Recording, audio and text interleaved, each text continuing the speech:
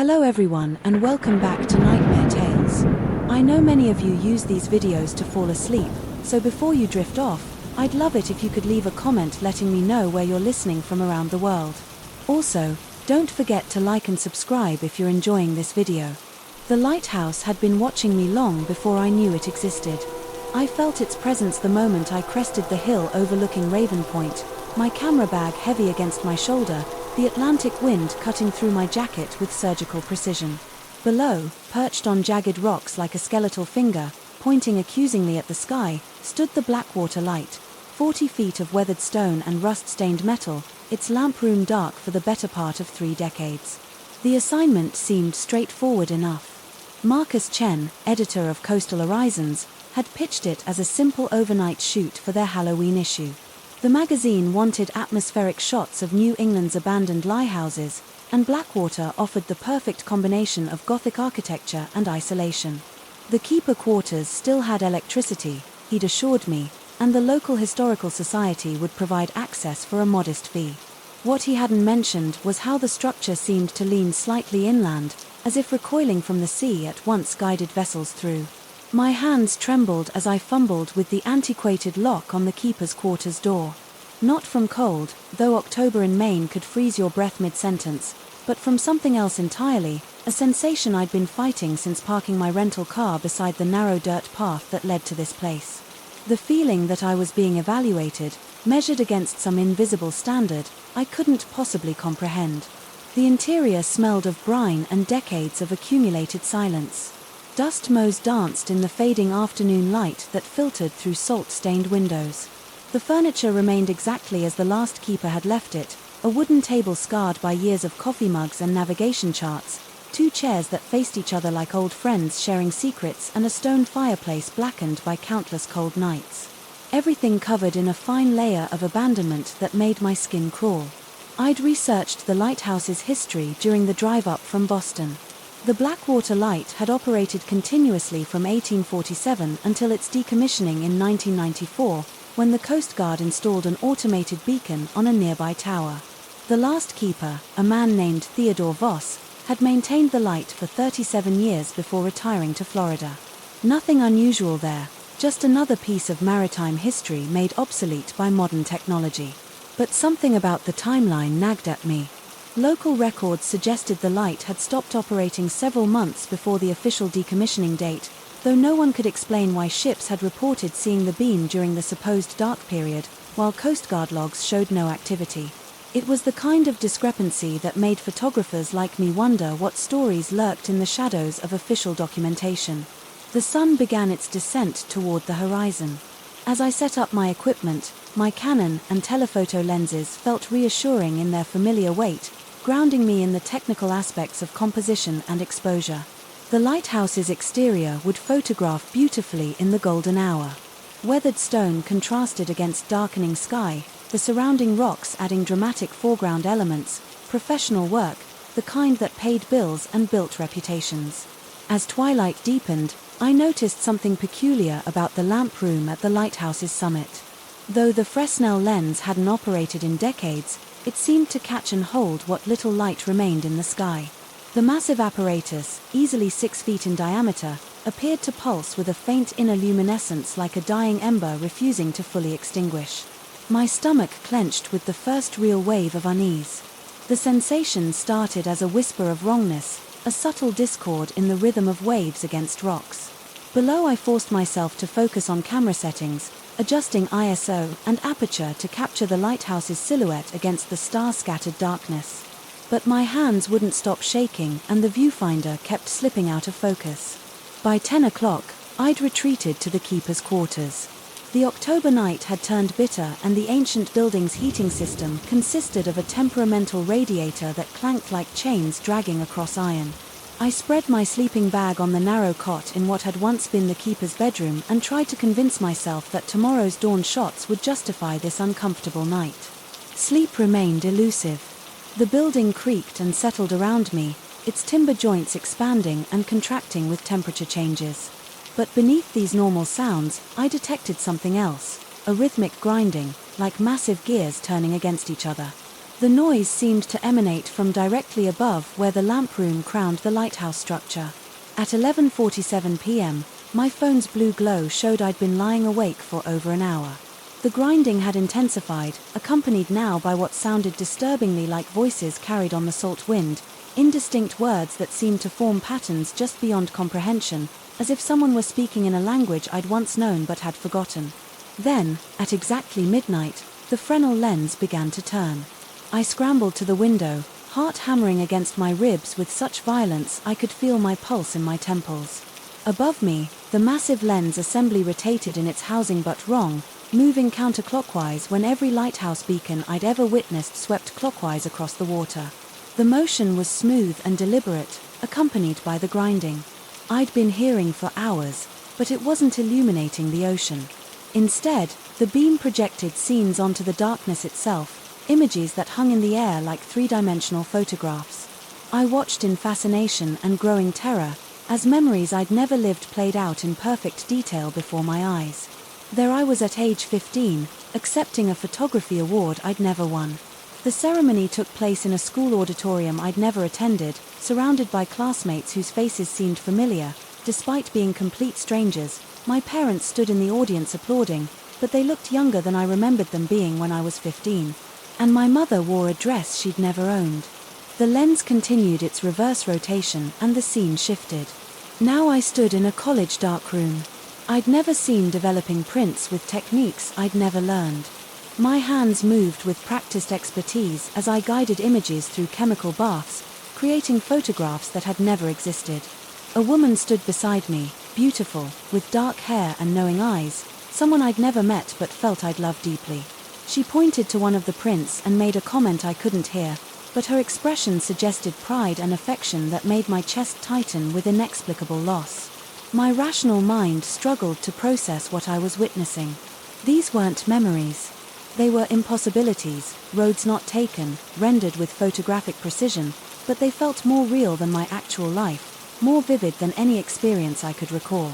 The grinding of the lens mechanism seemed to bore directly into my skull, and I realized with growing alarm that I could no longer hear the waves crashing against the rocks below.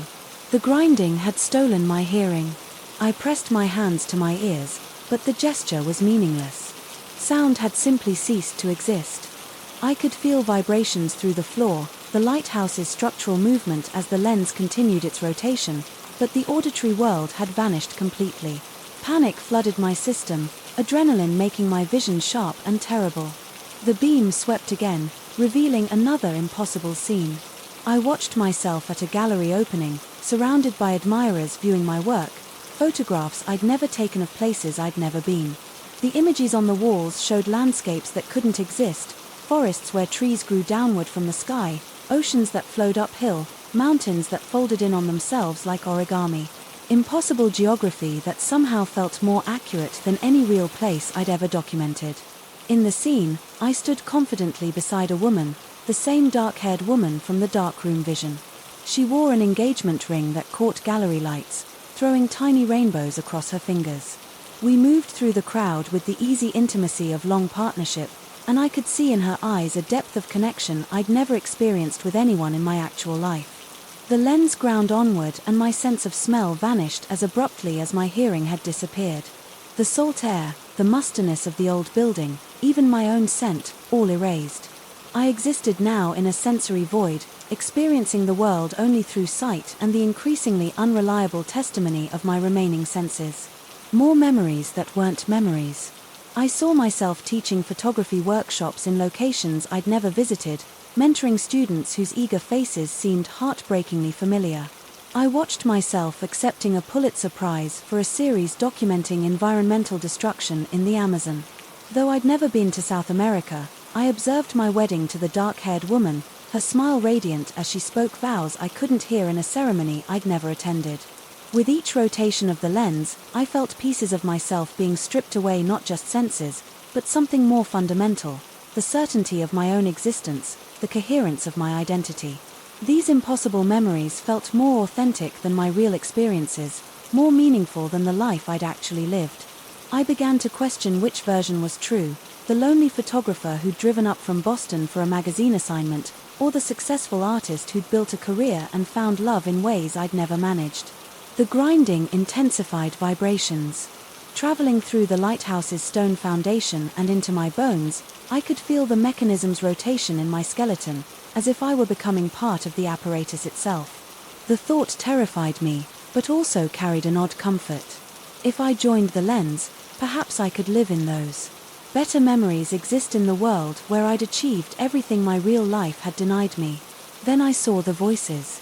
They appeared as shapes of light moving within the beam, forms that suggested human figures without quite achieving definition.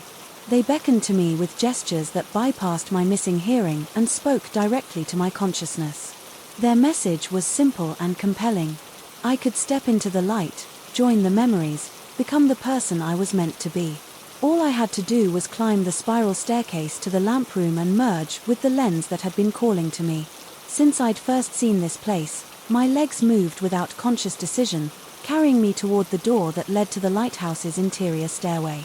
Each step felt inevitable, as if I were following a path I'd always been destined to take. The stone stairs spiraled upward in darkness. My remaining vision barely sufficient to navigate the narrow passage. My hands traced the cold walls, finding grooves worn smooth by decades of keepers making this same journey. But as I climbed, fragments of actual memory began to reassert themselves. I remembered my first camera, a battered Nikon my grandfather had given me for my 13th birthday. I recalled the satisfaction of perfectly timing a sunrise shot after waiting 3 hours in freezing mountain air. I thought of Sarah, the girlfriend I'd pushed away 2 years ago because I'd been too afraid of commitment, too convinced that I wasn't worthy of lasting love. These real memories felt thin and inadequate compared to the impossible visions the lens had shown me. But they were mine. Flawed and incomplete as they were, they belonged to the life I'd actually lived. The person climbing these stairs was imperfect and often lonely, but he was real in ways the successful photographer in the beam could never be. I stopped climbing. The voices in the light pressed closer, their urgency palpable even without sound. They showed me more visions. Myself as a father teaching a son to use a camera, growing old beside the dark-haired woman whose name I'd never learned, dying peacefully surrounded by generations of family. I'd never have beautiful impossibilities. That made my chest ache with longing. But I forced myself to remember why I'd come here. Not for the assignment, I realize now, but because something had been drawing me to this place. The lighthouse hadn't been truly abandoned. It had been collecting people like me, photographers and artists and dreamers who'd stumbled onto its influence and chosen the perfection of impossible memories over the messiness of real existence.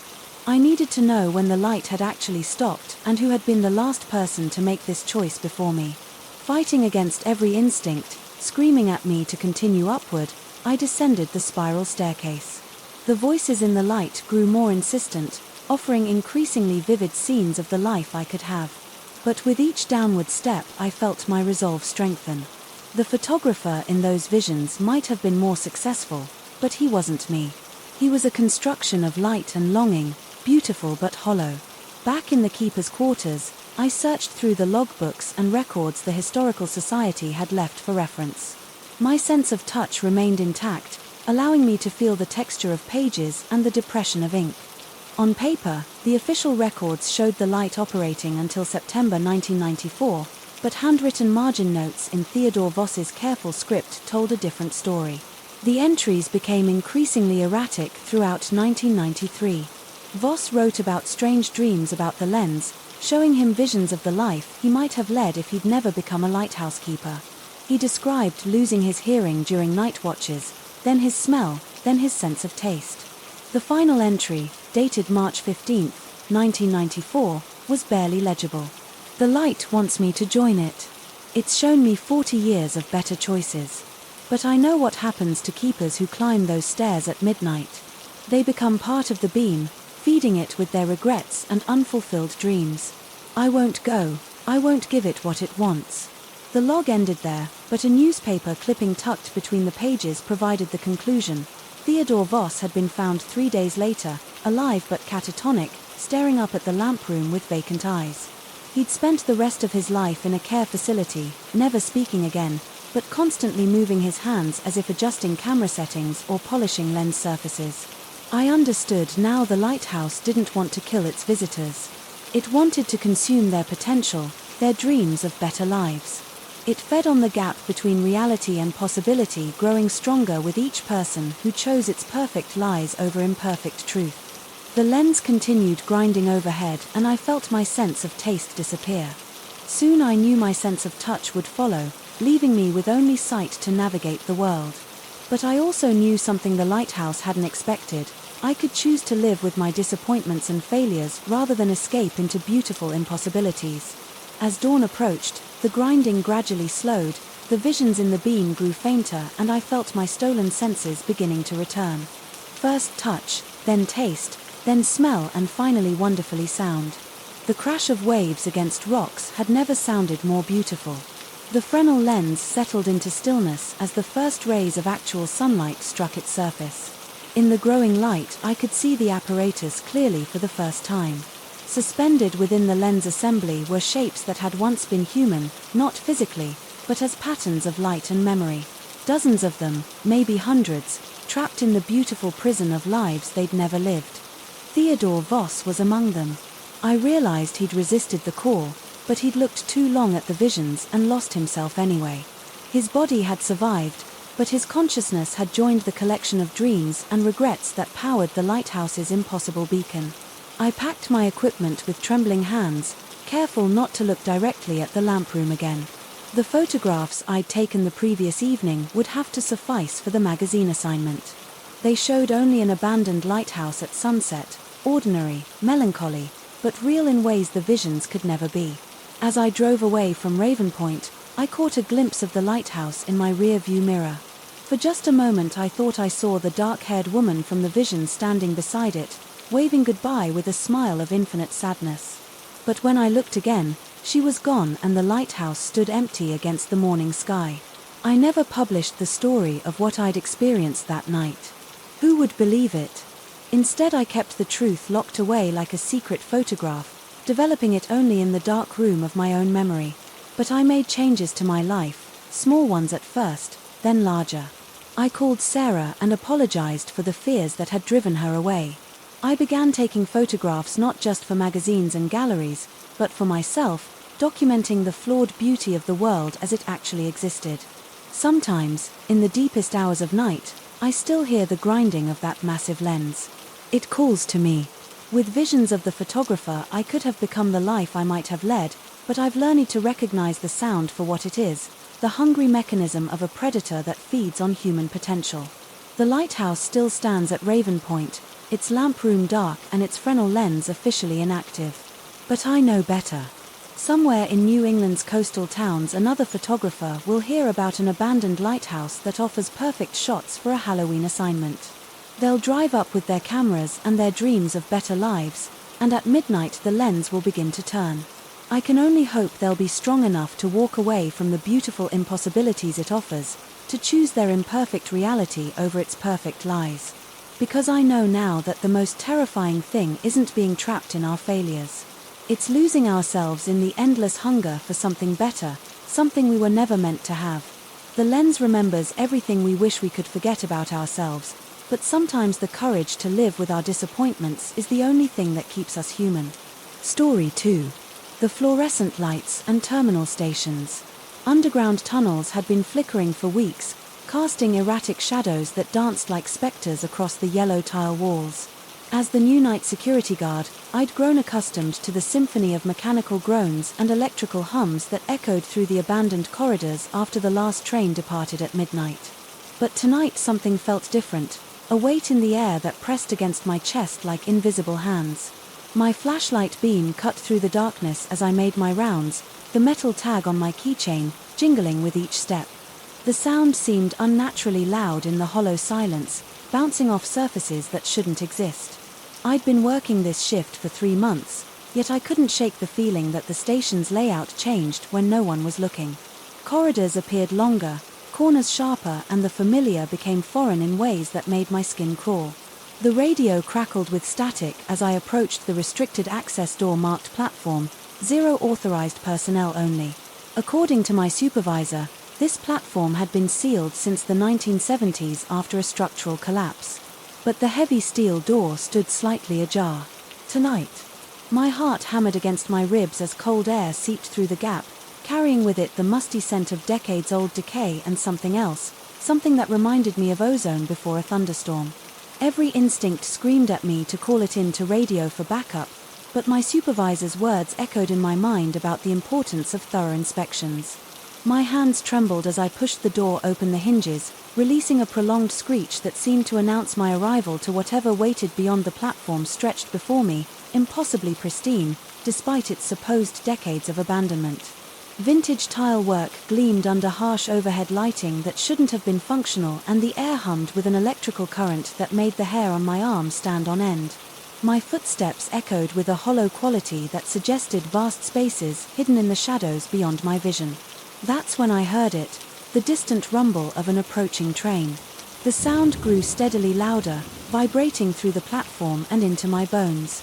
My breath came in sharp gasps as I backed toward the door, but my legs felt weighted with lead. The rumbling intensified until it became a roar that filled every corner of my consciousness, drowning out the frantic beating of my heart. A train emerged from the tunnel's depths, but it wasn't like any subway car I'd ever seen. Its sleek black exterior seemed to absorb light rather than reflect it, and the windows glowed with an ethereal blue radiance that hurt to look at directly. The train glided to a perfect stop with barely a sound, as if it existed partially outside the normal laws of physics. The doors opened with a pneumatic hiss that sounded almost like a sigh. Inside, the car stretched impossibly far. Its walls lined with subway maps that showed routes I'd never seen before, lines twisted and curved in patterns that made my eyes water, connecting stations with names that felt familiar yet completely wrong. Regret Junction, Memory Gardens. The intersection of what was the fluorescent lighting inside pulsed with the same blue glow as the windows, casting everything in an otherworldly hue that made my skin look corpse pale. An automated announcement crackled through speakers.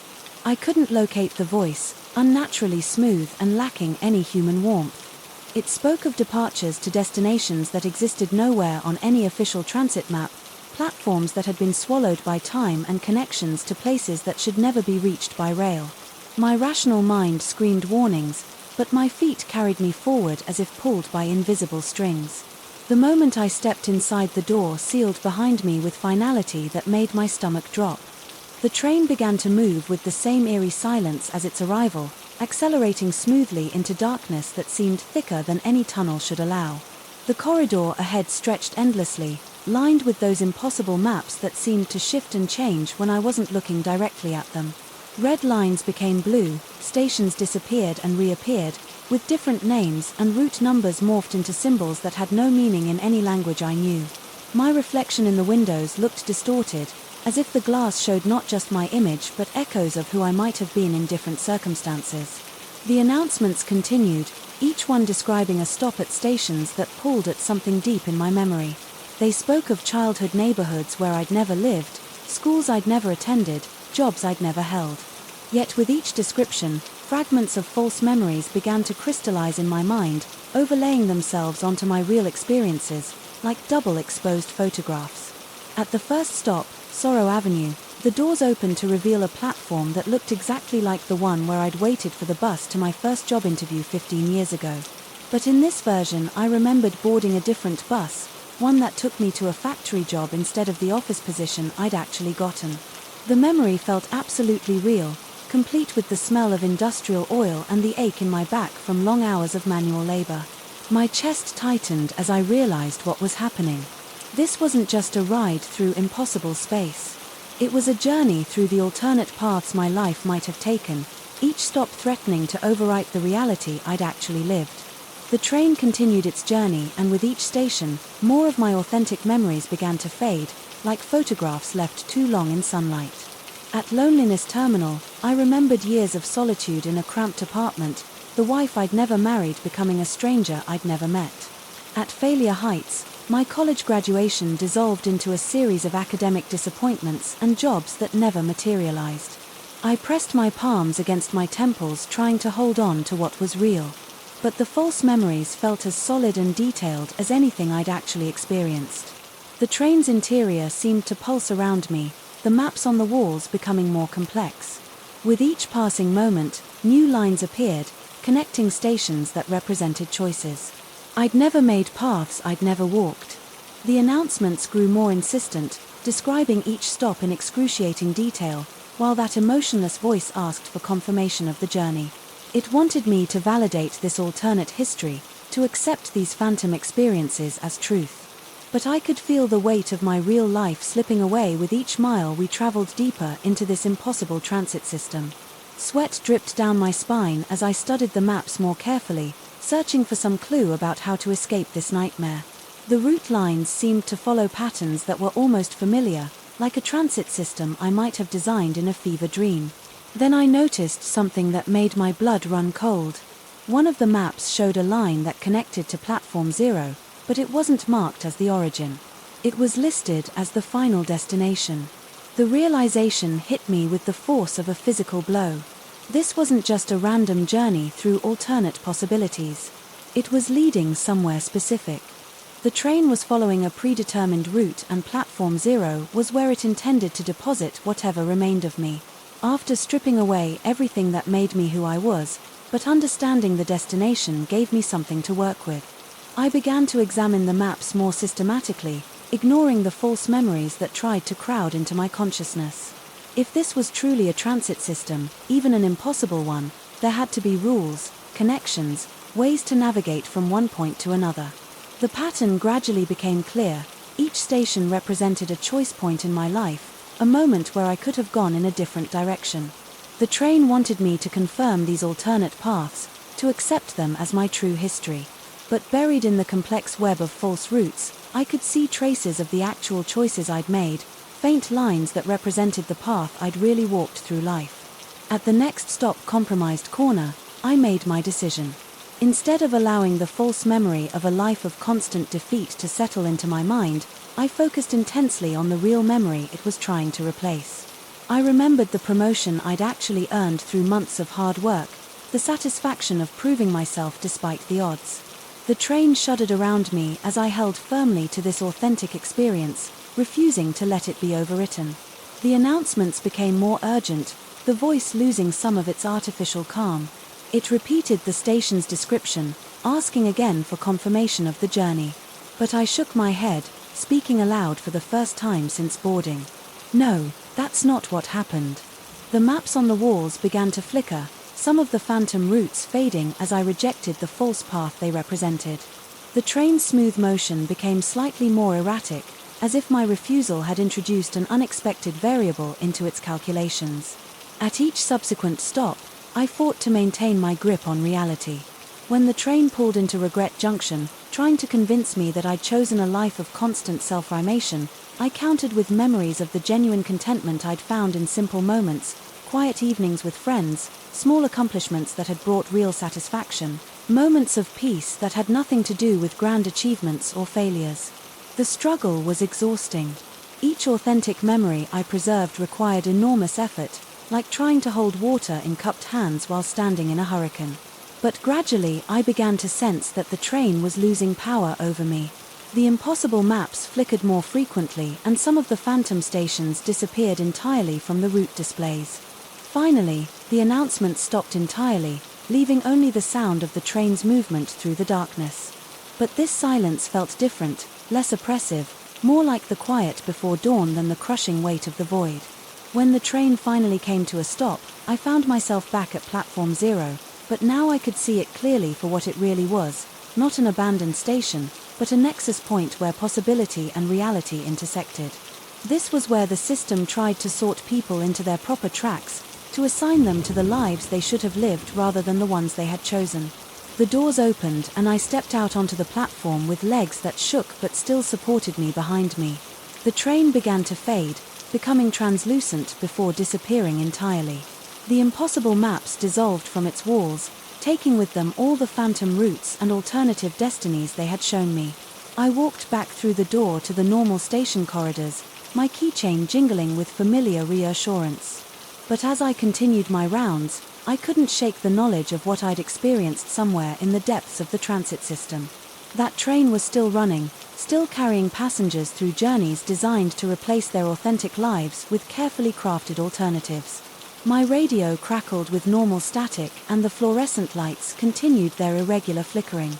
Everything appeared exactly as it had before I discovered Platform Zero.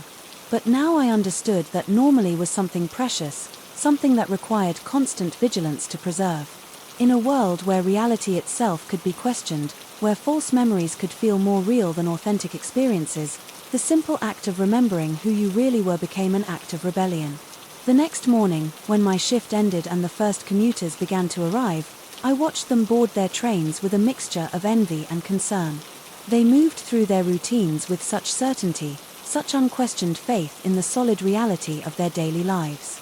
But I had seen what lay beneath the surface of the familiar, and I knew that not all journeys led to the destinations marked on official maps. From that night forward, I made sure to double-check every sealed door, every supposedly abandoned platform, because I now knew that the most dangerous destinations were often the ones that offered to take you exactly where they claimed you'd always wanted to go. Story 3. The fluorescent lights in the Hartwell Corporate Center always hummed with a frequency that seemed to crawl under my skin. But tonight their drone felt different, hungrier somehow, as if the building itself was feeding on the silence that had settled over its 43 floors of empty offices. I'd been the night janitor here for 8 years, long enough to know every creak, every shadow, every peculiar quirk this glass and steel monument possessed. But I'd never noticed that the elevator panel had a button marked B4. Until tonight. My flashlight beam cut through the darkness as I approached the elevator bank on the main floor, the weight of my keys jingling softly against my belt. The building's daytime bustle had long since faded, leaving behind only the whispers of ventilation systems and the distant hum of machinery buried deep in the structure's bowels. During my countless late-night rounds, I'd always assumed the parking garage only went down 3 levels, B1, B2, and B3. The button for B4 sat there, now slightly tarnished compared to the others, as if it had been hidden behind some invisible veil that had finally lifted. My throat felt dry as I stared at that button. 8 years of riding this elevator, and I would have sworn on my life that it hadn't been there yesterday. The rational part of my mind offered explanations. Maybe they'd always had a 4th basement level for storage or utilities. Maybe the button had been covered or out of order. Maybe I'd simply never noticed it in all this time. But my gut churned with an instinctive wrongness that made my skin crawl. The elevator car arrived with its usual soft chime and I stepped inside my work boots, echoing against the polished floor. My finger hovered over the B4 button for several seconds, trembling slightly as if my body was trying to warn me against pressing it.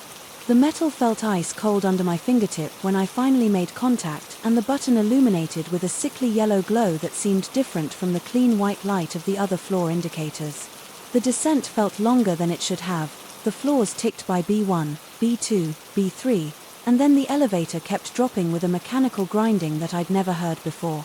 My ears popped from the pressure change and the temperature seemed to drop several degrees.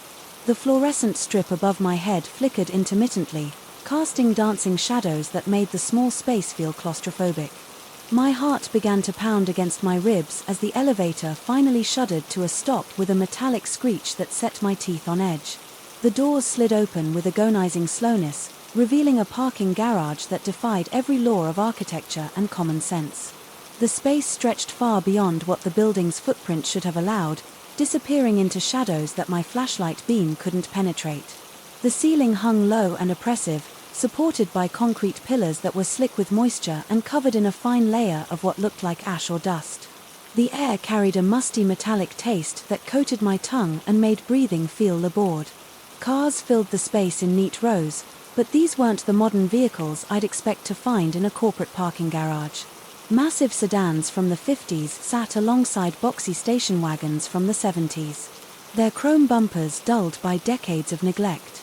Every surface was covered in that same fine grey dust, as if time itself had settled over everything like a shroud. The license plates bore dates going back 60, 70 years, some so faded that the numbers were barely visible through the corrosion. My work boots crunched softly against grit and debris. As I stepped out of the elevator, my flashlight beam dancing across the sea of abandoned vehicles. The silence down here felt absolute, pressing against my eardrums with an almost physical weight. Not even the building's usual mechanical sounds penetrated to this depth. The only noise came from my own breathing, which seemed unnaturally loud in the oppressive quiet. As I walked deeper into the garage examining the vintage cars with growing unease, my blood turned to ice water in my veins. There, parked in a spot about 50 feet from the elevator, sat my own Honda Civic. The same license plate, the same small dent in the rear bumper from a parking lot mishap 2 years ago. The same air freshener hanging from the rear view mirror. But this version of my car looked like it had been sitting here for decades. Rust had eaten through the paint job, leaving angry orange scars across what had once been forest green metal. The tires were flat and cracked, the rubber splitting apart like dried skin. The windshield was spiderweb with fractures, and that air freshener had faded to an unrecognizable grey. When I peered through the driver's side window, I could see that the interior had decayed to match the exterior. The seat fabric rotted away, the dashboard warped and split, everything covered in that same fine dust that seemed to coat every surface in this impossible place. My hand shook as I reached for the door handle, and when I pulled it came away in my grip with a sharp crack of corroded metal. The sound echoed through the garage like a gunshot, and in response, speakers hidden somewhere in the shadows crackled to life with a burst of static that made me jump so violently I nearly dropped my flashlight. The voice that emerged from those speakers was pleasant and professional, like a recording from a customer service line, but underneath the artificial cheer lurked something that made my skin crawl. The voice explained, with the mechanical politeness of an automated system, that I had accumulated substantial parking fees during my extended stay in their facility. The debt had been compounding for quite some time. The voice continued with that same unsettling pleasantness, and immediate payment was required to avoid further penalties.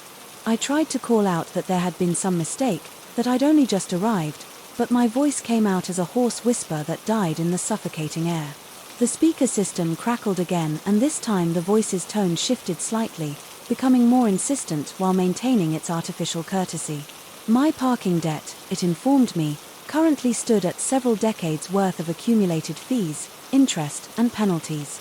If payment was not rendered immediately, the debt would begin converting to my personal timeline at an accelerated rate. The implications of those words hit me like a physical blow. My knees went weak and I had to grab onto the nearest car for support, my palms slapping against metal so cold it burned. The conversion process, the voice explained, with that same cheerful efficiency, would continue until the debt was satisfied or until I located the proper exit procedures. Time was of the essence, it added, with what almost sounded like amusement. Panic flooded my system like electricity, setting every nerve ending on fire. My heart hammered against my ribs so hard I thought it might burst, and my breathing came in short. Sharp gasps that echoed off the concrete walls. Sweat poured down my face despite the chill in the air, and my hands trembled so violently I could barely keep hold of my flashlight. The beam wavered across the rows of dusty cars, each one a testament to decades of imprisonment in this underground purgatory. I stumbled back toward the elevator, my legs feeling like they were made of rubber, but when I reached the spot where I'd entered, there was only blank concrete wall. The elevator doors had vanished completely, leaving behind smooth concrete that looked like it had been poured decades ago. My fists pounded against the wall until my knuckles split and bled, but the impacts produced only hollow thuds that were swallowed by the oppressive silence. The speakers crackled to life again, and this time the voice's tone had shifted to something approaching impatience. The conversion process had begun, it announced, and I could feel something fundamental shifting inside my chest as if years were being drained from my life force. With each passing second, my hair felt different when I ran my fingers through it, coarser and thinner, and when I looked down at my hands and the flashlight beam, the skin seemed looser, more weathered than it had been moments before. Desperation drove me deeper into the garage, my footsteps echoing off the low ceiling as I searched frantically for any sign of an exit. The rows of cars seemed to stretch on forever, creating a maze of corroded metal and shattered glass. Some vehicles were so old. They looked like museum pieces, Model T Fords with wooden spoke wheels, massive Packards with running boards, cars that belonged to an era when this building couldn't possibly have existed. The temperature continued to drop as I searched my breath, forming visible puffs in the frigid air. The concrete floor felt like ice through the soles of my boots, and my fingers had gone numb, despite being clenched around the flashlight handle. The grey dust that coated everything began to swirl in the air around me, stirred by some invisible current that made breathing even more difficult. Behind me, I could hear sounds that made no logical sense. Car engines turning over with weak grinding attempts at ignition, radio static bleeding through the speakers of vehicles that should have been decades beyond repair. The soft whisper of tires on concrete when I spun around to investigate my flashlight beam revealed only the same rows of silent, dust-covered cars. But the sounds continued, growing louder and more insistent. The speakers crackled again, and this time the voice had lost all pretense of artificial courtesy. Payment was past due, it announced, with cold efficiency, and conversion was accelerating. I could feel the truth of those words and the growing stiffness in my joints, the way my vision seemed to be dimming around the edges, the increasing effort it took to draw each breath into my lungs. My search became more frantic, more desperate. I squeezed between cars, climbed over hoods and trunks, peered under chassis, looking for any sign of a way out. The garage seemed to rearrange itself around me, passages that had been clear becoming blocked by vehicles that hadn't been there moments before. Rows that had led in one direction, suddenly turning back on themselves in impossible loops in the distance barely visible. At the very edge of my flashlight's reach, I caught a glimpse of something that made my heart leap with desperate hope. A small door painted the same institutional green as emergency exits was set into the concrete wall between two massive support pillars. Above it, a sign glowed with faint red letters that were too distant to read clearly. But the word exit seemed to shimmer in the darkness. The journey to that door felt like miles. My legs had grown heavy and stiff, moving with the uncertain gait of someone far older than my years should have allowed. My breathing came in labored wheezes that echoed off the low ceiling, and my heart struggled with a rhythm that felt irregular and weak.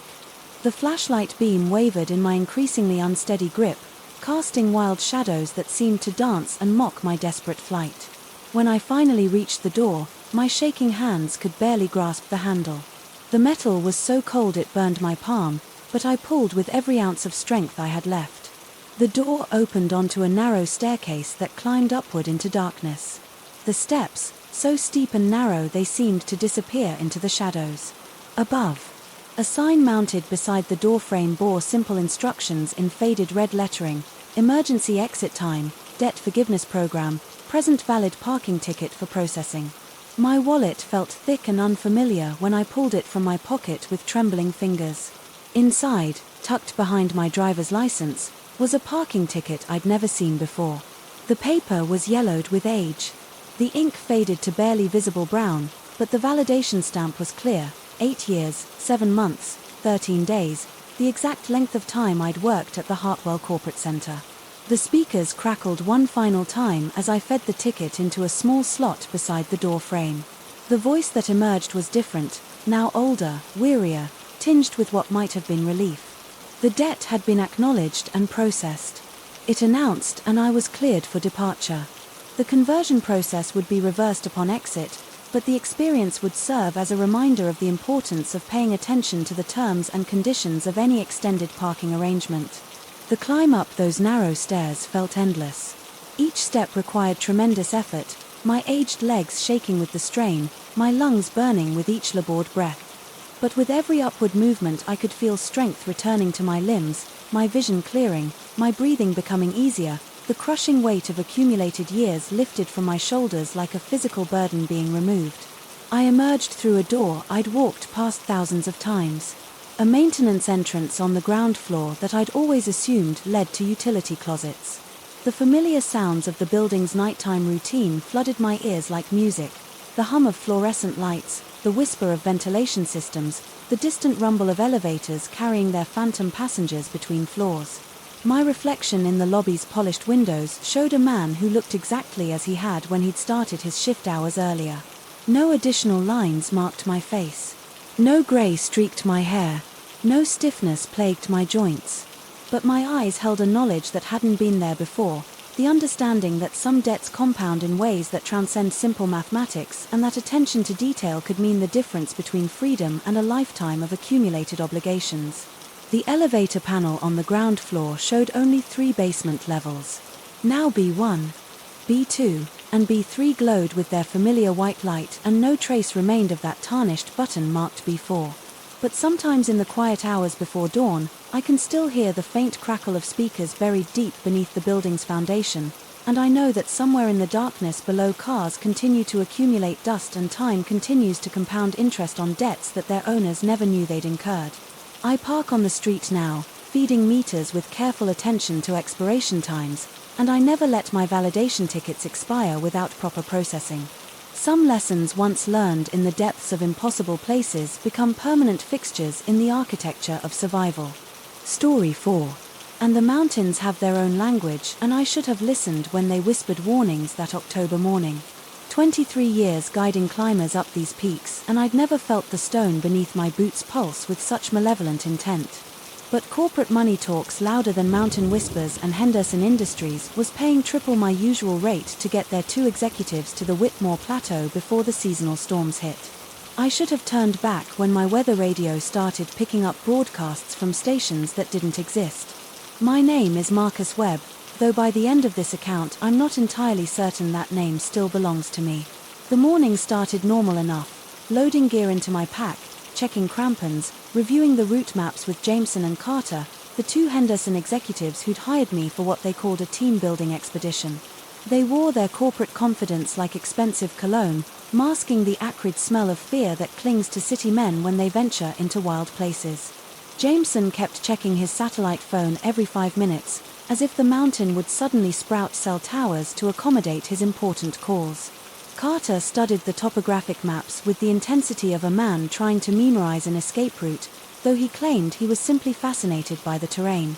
Neither seemed particularly interested in my warnings about the weather patterns. I'd been observing the unusual cloud formations, the way the wind carried sounds that didn't match any animal I knew. We started the ascent at dawn, our headlamps cutting thin paths through darkness that seemed reluctant to retreat. The familiar weight of my pack felt wrong somehow, as if the straps were tightening on their own and my water bottles rattled with a rhythm that matched no step I was taking. I attributed it to pre-climb jitters, though I'd never experienced anything like it before. The first 3 hours proceeded without incident. We followed the standard approach to Whitmore, a path I could navigate blindfolded. But as we gained elevation, details began accumulating that made my skin crawl in ways that had nothing to do with the dropping temperature. The rock face bore scratch marks too regular to be natural erosion, too deep to be made by any animal that belonged in these mountains. When I mentioned them to my clients, Carter laughed nervously and suggested bears were responsible, though we all knew no bear could carve grooves 6 in deep into granite. By midday we'd reached the base of the final approach to the plateau. This was when the radio started acting up. Static filled the channels, but underneath the white noise voices emerged speaking about weather patterns from before recorded history. A broadcaster with a voice like grinding stone reported that the current cold front had been building for 6 centuries, moving south from polar regions that crafters had never mapped. Another announcer, speaking in what sounded like Old English, warned of snows that fell upward and storms that moved backward through time. Jameson insisted I was picking up some kind of historical reenactment broadcast. Carter suggested atmospheric interference was causing signals from other countries to bounce strangely off the mountain peaks. I wanted to believe them, but the voices spoke with the authority of men who had witnessed the things they described, not actors reading scripts. The temperature began dropping faster than it should have, even accounting for altitude. My breath came in visible puffs that lingered too long in the air, as if the atmosphere itself was thickening. Jameson's expensive gear made sounds it shouldn't. His jacket zipper whistled notes that formed almost melodies, and his boots squeaked against the stone in patterns that resembled Morse code. We reached the plateau just as the first flakes began to fall. I've seen mountain weather turned dangerous in minutes, but nothing had prepared me for snow that felt like molten metal. The flakes struck our exposed skin with the searing pain of hot coals. Yet when I brushed them away they remained solid, refusing to melt despite the burning sensation they caused. Carter cried out as one hit his cheek, leaving a red mark that looked like a brand. Jameson pulled his hood tight and suggested we set up shelter. Immediately, though his voice carried a tremor that betrayed his growing fear. The plateau stretched before us like a vast landing strip carved from ice and stone. In clear weather, it offered spectacular views of the surrounding ranges, but now visibility dropped to mere feet as the burning snow fell more heavily. The wind carried sounds that made no sense, chimes where there should be howling whispers in languages I didn't recognize. And underneath it all, a low thrumming that seemed to come from the mountain itself. I was unpacking the emergency shelter when Carter grabbed my arm and pointed through the swirling snow. A structure emerged from the white curtain like a ship from fog, a cabin that had no business existing on this remote plateau. No climbing records mentioned permanent structures here, and the building style suggested construction from an era when these mountains were considered impassable. The cabin was built from dark wood that seemed to absorb what little light filtered through the storm. Symbols had been carved deep into every visible surface, spirals that hurt to follow with your eyes. Angular patterns that suggested written language without belonging to any alphabet I recognized, and interlocking designs that seemed to shift position when viewed peripherally. The most prominent symbol carved above the door resembled a sun surrounded by text. In that same unknown script, Carter suggested we investigate, reasoning that any shelter was better than being exposed to the burning snow. Jameson agreed, though he kept glancing at his satellite phone, which now displayed error messages in fonts that didn't match its usual interface. I felt every instinct screaming against approaching that cabin, but the alternative was remaining, exposed to weather that defied natural law. The door stood slightly ajar, revealing darkness that seemed more solid than simple absence of light. As we approached, I noticed that the burning snow melted instantly upon touching the cabin's roof, as if the structure existed in a different microclimate. The symbols carved into the wood grew more distinct as we drew closer, and I realized with growing unease that some of them were moving lines flowing into new configurations, spirals tightening or loosening text, rearranging itself into new meanings. Inside, the cabin contained a single room furnished with items that belonged to no consistent time period. A stone fireplace dominated one wall, its mantel carved with the same shifting symbols. Victorian-era furniture sat beside what appeared to be medieval tapestries depicting scenes of eternal summer, harvests under blazing suns, people in light clothing celebrating in fields of grain. But the most disturbing feature was a large mirror mounted on the far wall, its surface reflecting not our images but views of the cabin from outside, showing us entering over and over in an endless loop. Carter discovered a journal on the central table, its pages filled with entries in multiple handwritings and languages. Some passages were in English, describing expeditions to this plateau dating back over 2 centuries. Other entries used symbols matching those carved throughout the cabin. The most recent English entry, dated just 3 weeks prior, had been written by someone named David Marsh, who described making the same discovery. We had finding the cabin during a storm of burning snow, reading the journal and learning about the choice offered by the symbols above the door. According to Marsh's entry, the symbols promised escape from the eternal winter that was engulfing the world. They offered a trade: surrender your true name, accept a name written in their script, and walk out into eternal summer while someone else takes your place in the frozen world. Marsh wrote that he could see people in the mirror who had made this trade, living in warm places while others suffered in the cold they had left behind. The journal's final English entry consisted of a single line: "I am no longer David Marsh." Below it, symbols had been drawn that hurt to look at directly. Jameson was examining the fireplace when he called out that he'd found something. Fresh ashes filled the grate, and among them lay what appeared to be identification cards, driver's licenses, and credit cards, all partially burned but still bearing names and faces. I counted at least a dozen different identities in those ashes, all from people who had apparently visited this cabin and chosen to burn away their former selves. Carter had moved to the mirror and was staring at his reflection with an expression of horrible fascination.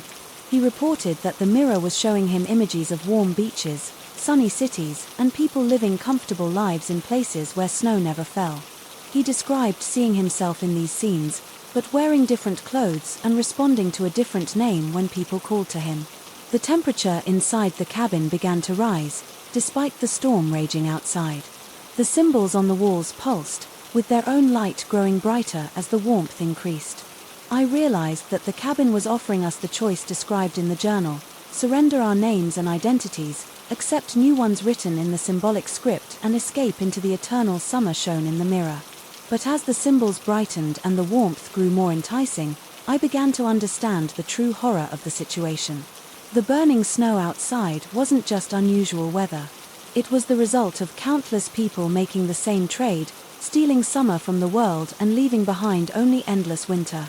Each person who accepted the bargain took warmth from somewhere else, leaving others to suffer in the cold they had escaped. Carter was reaching toward the mirror. When I grabbed his wrist, his skin felt fever-hot and his eyes had taken on the same shifting quality as the symbols around us. He spoke in a voice that no longer sounded entirely his own, explaining that the choice was simple: remain in the freezing world outside or accept the gift of eternal warmth. Jameson nodded in agreement, though sweat poured down his face. Despite his words about accepting the cold, I could feel the pull of the offer myself.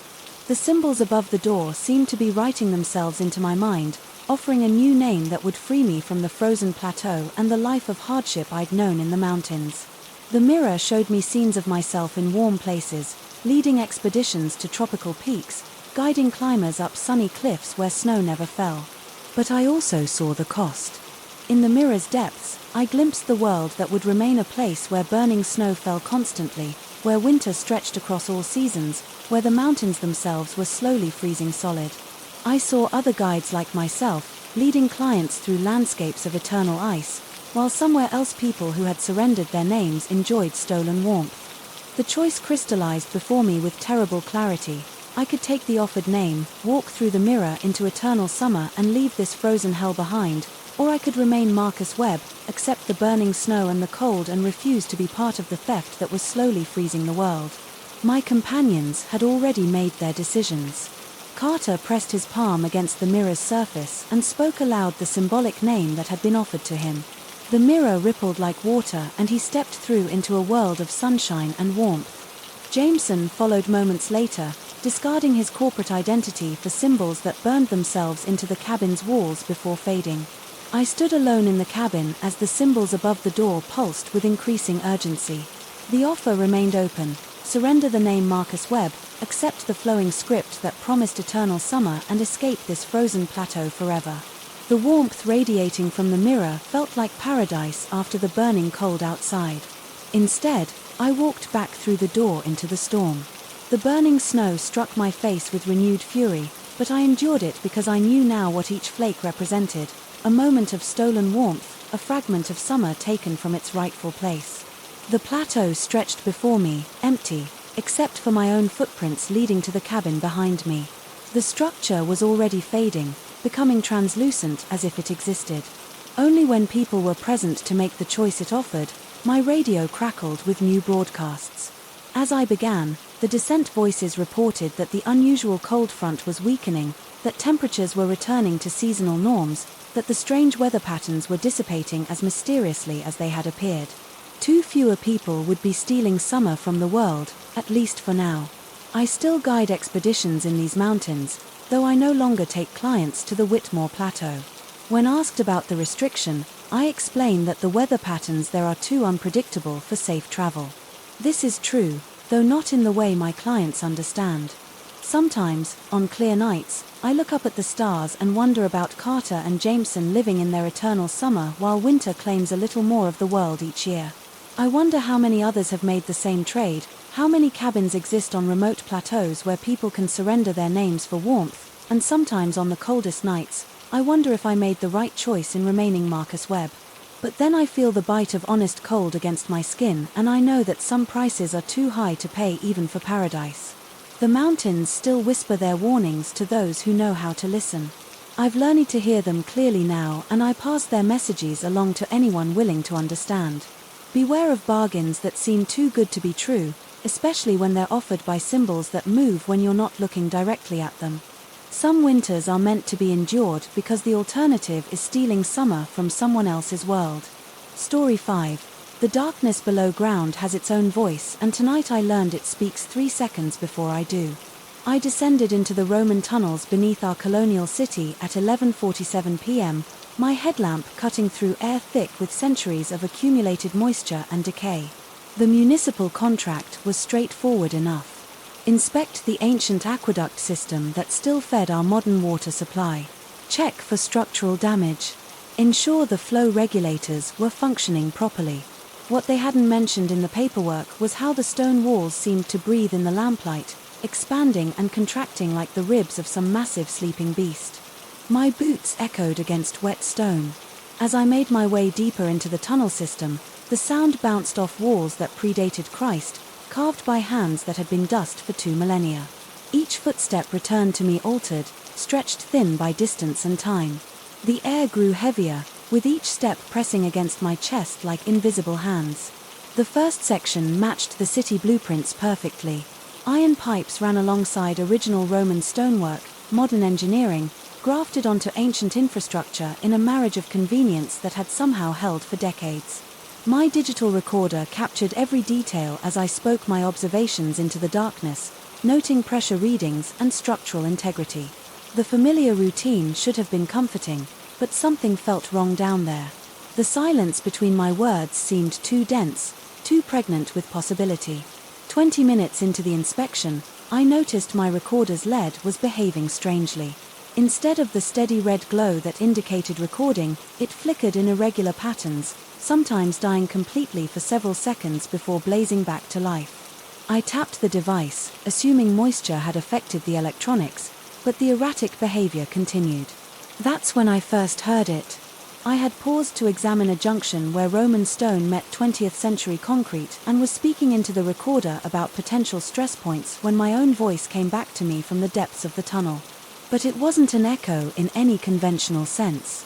The voice was clearer than any reflection should have been at this distance, and it carried words I hadn't yet spoken. My blood turned to ice water in my veins as I realized what I was hearing. The voice, my voice, was describing measurements I hadn't taken yet, observations I was only just beginning to formulate. It spoke with my intonation, my slight Midwestern accent, but it knew things I didn't know. I stood frozen in the tunnel, my headlamp beam trembling as my hands began to shake. The recorder's lead pulsed faster, now almost frantically, as if responding to some signal I couldn't detect. My mouth had gone completely dry, tongue sticking to the roof of my mouth like sandpaper. Every instinct screamed at me to leave, to run back to the surface and the sanity of streetlights and traffic noise. But professional obligation held me there. The city needed this inspection completed, and I had a reputation for thoroughness that had taken years to build. I forced myself to continue deeper into the system, though my heart hammered against my ribs like a caged animal desperate for escape. The second occurrence was more disturbing than the first. I had stopped to examine a series of valves that regulated water flow between the ancient and modern systems. As I dictated technical specifications into the recorder, my voice emerged from the darkness ahead. But this time it wasn't just predicting my words, it was giving me orders. The echo voice told me to close valve designation RT7, a component that didn't appear on any of my blueprints or schematics. I had memorized every valve, every junction, every connection point in this section of the tunnel system. RT7 simply didn't exist. Yet, as the impossible voice continued speaking, it described the valve's location with precise detail. 17 feet ahead, mounted at chest height on the left wall, beneath a carved Roman numeral that had been partially obscured by centuries of mineral deposits. My legs moved without conscious decision, carrying me forward, even as my rational mind recoiled from what was happening. The beam of my headlamp swept across the tunnel wall, searching for something that couldn't be there. But there it was, exactly as the voice had described, a valve handle, old but not ancient, marked with faded paint that might once have read RT7. My hand reached toward the valve handle as if pulled by invisible strings. The metal was cold against my palm, colder than the surrounding air, cold enough to burn. Every nerve in my body screamed warnings. But the voice from the recorder grew more insistent, more commanding. It no longer sounded quite like me. The tone had shifted, becoming deeper, more authoritative, carrying an edge of barely contained fury. I jerked my hand back as if the valve had turned red. Hot sweat beaded on my forehead despite the tunnel's chill, and my breathing came in short, shallow gasps. The darkness beyond my headlamp beam seemed to press closer, as if the tunnel walls were slowly contracting around me. The voice from the recorder continued speaking, describing more valves, more components that existed but weren't supposed to. Each description came with the same commanding tone, the same insistence that I obey. As the minutes passed, I began to understand that something lived in these tunnels, something that had been waiting a very long time for someone like me to arrive. I stumbled backward, my legs weak and unsteady. The recorder felt heavy in my trembling hands. Its weight somehow multiplied by the impossible words still emerging from its speaker. My mouth tasted of copper and fear. Saliva turned bitter by adrenaline and dread, but retreat was becoming impossible. The voice had begun describing the consequences of my disobedience, painting pictures of rising water pressure, of ancient seals failing, of the entire underground system, overwhelming the modern infrastructure above. It spoke of streets flooding, of buildings undermined by sudden torrents, of a city drowned from below. The worst part was how reasonable it all sounded. The engineering principles were sound, the cause and effect relationships logical. If someone were to systematically close the right valves in the right sequence, water pressure could indeed build to catastrophic levels. The ancient Roman engineers had built their systems to last, but they hadn't anticipated the weight of a modern city pressing down from above. I found myself walking deeper into the tunnel system, following the voice's directions. Despite every instinct telling me to flee, my professional mind automatically catalogued what I saw: more valves that shouldn't exist, pressure gauges, reading levels that defied the official flowcharts, junction points that created a hidden network beneath the mapped one. The air grew thicker as I descended, heavy with moisture, and something else, a metallic tang that coated the back of my throat and made my eyes water. My headlamp beam seemed to grow weaker, struggling against darkness that felt almost solid behind me. Far behind now lay the entrance to this underground maze. Ahead stretched passages that my blueprints insisted weren't there. The voice from the recorder had stopped giving directions and started making promises. It described the flood that would come if I continued to resist, painting vivid pictures of water rushing through subway tunnels, filling basement, rising through manholes to claim the world above. But it also spoke of what would happen if I obeyed, how the city could be cleansed, renewed, returned to something closer to its original state. My hands moved toward another valve, this one marked RT12, though my conscious mind still fought against the action. The metal handle turned with surprising ease, as if it had been waiting decades for this moment. Immediately, I heard the sound of rushing water somewhere in the darkness. Not the gentle flow of the normal system, but something harder, more urgent. The pressure gauge nearest to the valve jumped upward, its needle climbing into the red zone. Other gauges throughout the visible section began responding in sequence, like dominoes falling in an engineered cascade. The sound of water grew louder, echoing through passages I couldn't see. The voice from the recorder laughed, actually laughed, a sound that bore no resemblance to my own voice anymore. It had become something older, deeper, carrying harmonics that seemed to emerge from the stone walls themselves. The laugh spoke of patience, finally rewarded, of plans, centuries in the making, finally coming to fruition. I understood then that this thing, whatever it was, had been waiting in these tunnels since before the modern city existed. It had watched Rome fall, had witnessed the colonial settlement grow into a sprawling metropolis, had bided its time while engineers connected new infrastructure to old. It had been patient because it knew that eventually someone would come along with the knowledge and access to do what it couldn't do itself. My recorder was no longer recording my voice at all. The sound emerging from its speaker belonged entirely to the thing in the tunnels now, and it spoke with the authority of ages. It described each valve I needed to close, each connection.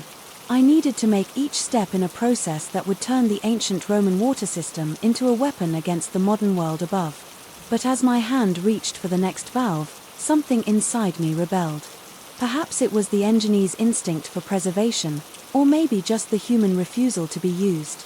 I pulled my hand back and spoke aloud into the tunnel, my voice echoing naturally off the stone walls, without any temporal distortion. I told the thing that I wouldn't help it destroy my city. I explained that whatever grievance it held against the modern world, whatever promise of renewal it offered, I couldn't be party to that kind of destruction. My voice grew stronger as I spoke, fed by a resolve I hadn't known I possessed. The response was immediate and terrible. The sound of rushing water became a roar, pressure gauges throughout the tunnel system began climbing toward critical levels, and the darkness beyond my headlamp grew deeper, more oppressive. The thing in the tunnels raged at my defiance, its voice no longer pretending to be mine, revealing itself as something ancient and implacable and utterly inhuman. But I had realized something important. It needed me for all its knowledge of the tunnel system, for all its patience and planning. It couldn't manipulate the physical world directly. It required human hands to turn the valves, human knowledge to navigate the intersection of old and new infrastructure. I began working my way back through the tunnel system, reversing the changes I had made. Opening the valves I had closed, the pressure gauges slowly returned to normal levels. The sound of rushing water diminished to its previous gentle flow behind me. The thing in the darkness howled its frustration, but it couldn't stop me any more than it could close the valves itself. The journey back to the surface felt endless. My legs shook with exhaustion and residual terror. My lungs burned from breathing the thick underground air, and my mind reeled from what I had experienced. The recorder in my hand had gone silent, its lead finally providing the steady red glow of normal operation. I emerged from the tunnel system as dawn broke over the city, my skin pale and clammy with cold sweat. The morning air had never tasted so sweet, the sound of traffic and voices had never been so welcome. I stood at the tunnel entrance for several minutes, letting the sunlight drive away the memory of that suffocating darkness. My official report contained no mention of impossible echoes or commanding voices. I documented the structural integrity of the tunnel system, noted the location of several previously unmapped valves that would require further investigation, and recommended increased monitoring of water pressure levels throughout the network. The city accepted the report without question, grateful for another successful inspection. But sometimes late at night, when the city grows quiet, I find myself listening for sounds from below, and sometimes, just sometimes, I think I can hear the thing in the tunnels still calling my name, still promising that the flood will come with or without my help. The recorder sits in my desk drawer, and though I've never dared to play back what it captured that night, I know the voice is still there, waiting 3 seconds ahead of time speaking words. I hope I'll never be compelled to say story 6.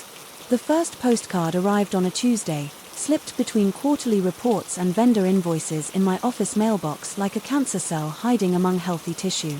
The image showed Coney Island's wonderhy but wrong. Rusted spokes reaching toward a grey sky, passenger cars dangling like broken teeth. The boardwalk stretched empty. Beneath it walked planks scattered with debris. I couldn't quite identify in the photograph's grainy detail. I flipped it over with trembling fingers. My own handwriting stared back at me. Neat and familiar. The crowds are gone now. You'll understand when you get here. The postmark read 3 days into the future. My signature sat in the bottom right corner, just as I'd signed thousands of documents over the years. My throat constricted. The air conditioning unit hummed louder than usual. Or maybe my hearing had sharpened with sudden hyper-awareness.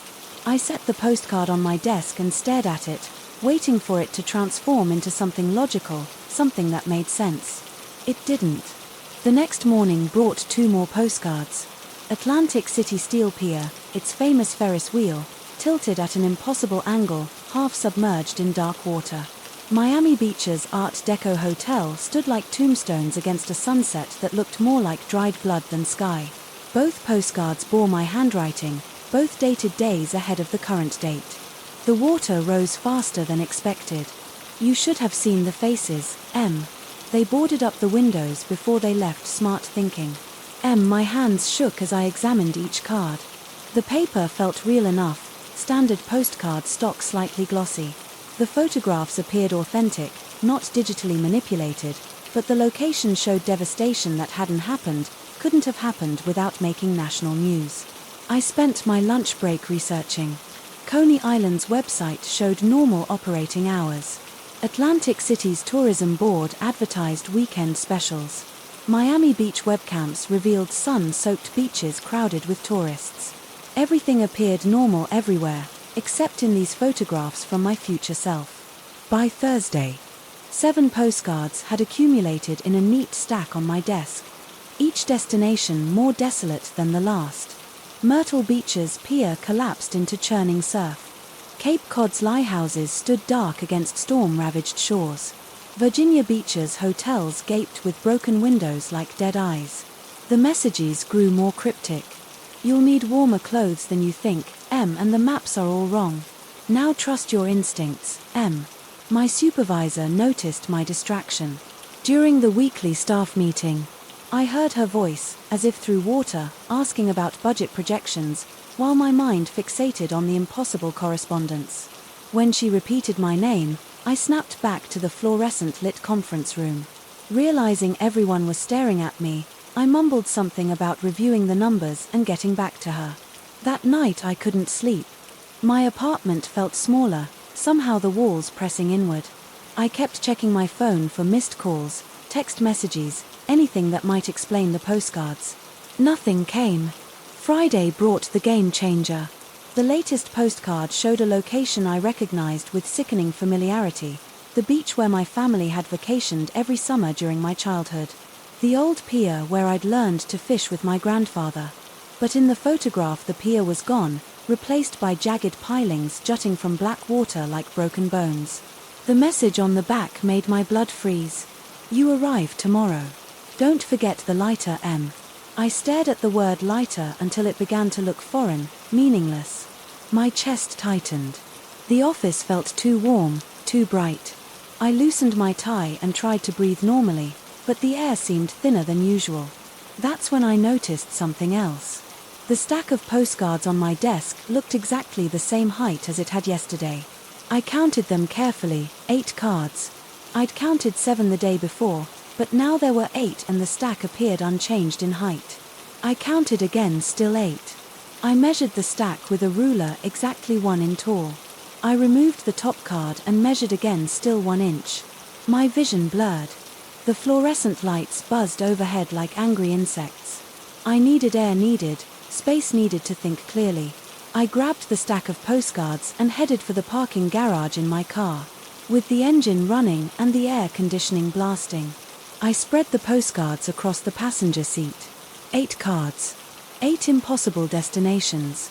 8 messages from a future version of myself that couldn't exist.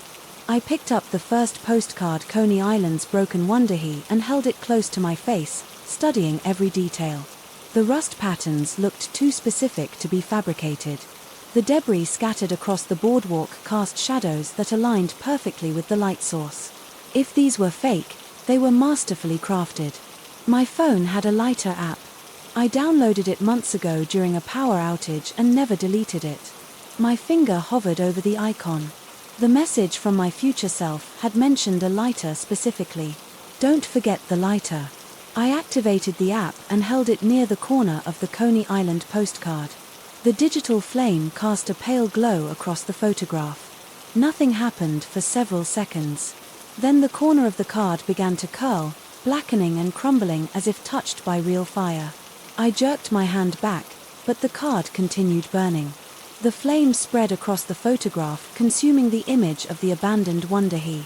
Within seconds, the entire card had turned to ash that dissolved into nothing. Before hitting the car seat, I counted the remaining cards 7, but when I measured the stack, it was still exactly 1 in tall. My heart hammered against my ribs, sweat beaded along my hairline, despite the air conditioning. I stared at the remaining postcards, afraid to touch them, afraid not to. The next card in the stack showed a new location, a seaside town I didn't recognize. Victorian houses perched on cliffs above a harbor where fishing boats lay capsized in shallow water. The postmark was dated for tomorrow. The evacuation order came too late. You'll see why when you get here, M. I drove home in a daze. The postcard stacked carefully in my jacket pocket. My apartment building looked the same as always, but I found myself checking over my shoulder as I climbed the stairs. The feeling of being watched had grown stronger throughout the day, a persistent itch between my shoulder blades inside my apartment. I spread the postcards across my kitchen table and stared at them under the harsh overhead light. 7 cards showing 7 different scenes of coastal devastation. 7 messages from a future version of myself describing events that hadn't happened yet, or had they? I opened my laptop and began searching for news about coastal disasters, evacuations, storm damage. Nothing matched the scenes in the photographs. Every website I visited showed normal conditions at these locations. Webcams revealed peaceful beaches, functioning piers, intact buildings. but the postcards felt real in my hands. The handwriting was undeniably mine. I recognized the specific way I formed certain letters, the slight slant of my cursive. The postmarks looked authentic, complete with postal cancellation marks. I picked up the second postcard and held it close to my phone's lighter app. The Atlantic City pier, half submerged and tilted at that impossible angle, my finger hesitated over the screen. What if burning the postcards was somehow causing these disasters? What if I was destroying these places by destroying their images? The thought made me sick, but I couldn't shake it. I set the postcard down and backed away from the table. Sleep was impossible. That night I lay in bed staring at the ceiling, listening to sounds that seemed too loud, too close footsteps in the hallway that stopped outside my door, the elevator's mechanical whine, water running through pipes in the walls. Every time I closed my eyes I saw those abandoned beaches, those broken piers, those dark windows staring back at me like accusers. Saturday morning arrived, grey and oppressive. I made coffee with shaking hands, the simple task requiring enormous concentration. The postcard still lay spread across my kitchen table, unchanged, except for the absence of the Coney Island card. I turned on the news, half expecting to see reports of disaster from the location shown in the photographs. Instead I found weather forecasts promising, beautiful weekend conditions at beaches up and down the East Coast. Tourists were flocking to these same places I'd seen abandoned and ruined. The contradiction made my head ache. I tried calling in sick to work, but my supervisor insisted I come in for an urgent client meeting. I showered and dressed mechanically, my movements wooden and disconnected. The face in the bathroom mirror looked pale and hollow-eyed, but it was still recognizably mine at the office. The client meeting passed in a blur of handshakes and presentations. I nodded at appropriate moments and provided responses that must have been satisfactory, because no one questioned my participation. But my mind remained fixed on the postcards. Waiting at home. During lunch, I drove to a nearby beach, not one of the locations from the postcards, but close enough to feel relevant. Families spread blankets on the sand, children built sand castles while parents watched from beach chairs. Everything appeared normal, healthy, alive. I stood at the water's edge and tried to imagine this place, abandoned, destroyed, empty. The vision wouldn't come. The scene before me was too vivid, too full of life and laughter. But when I returned to my apartment that evening, the postcards remained on my kitchen table. 7 cards showing 7 impossible futures, 7 messages from a version of myself that claimed to have witnessed these disasters. Firsthand, I picked up the second postcard again, Atlantic City's tilted pier. My phone's lighter app glowed softly in the dim kitchen light. The corner of the card began to curl and blacken as soon as the digital flame touched it. This time I watched the entire process. The photograph burned from the outside in the flames, consuming the image of destruction until nothing remained but dissolving ash. The smell of burning paper filled my nostrils. Real and acrid, 6 postcards remained. The stack measured exactly 1 in tall. Sunday passed in a haze of burned postcards and mounting dread. Each image I destroyed revealed another underneath, always showing a new location, always dated for tomorrow.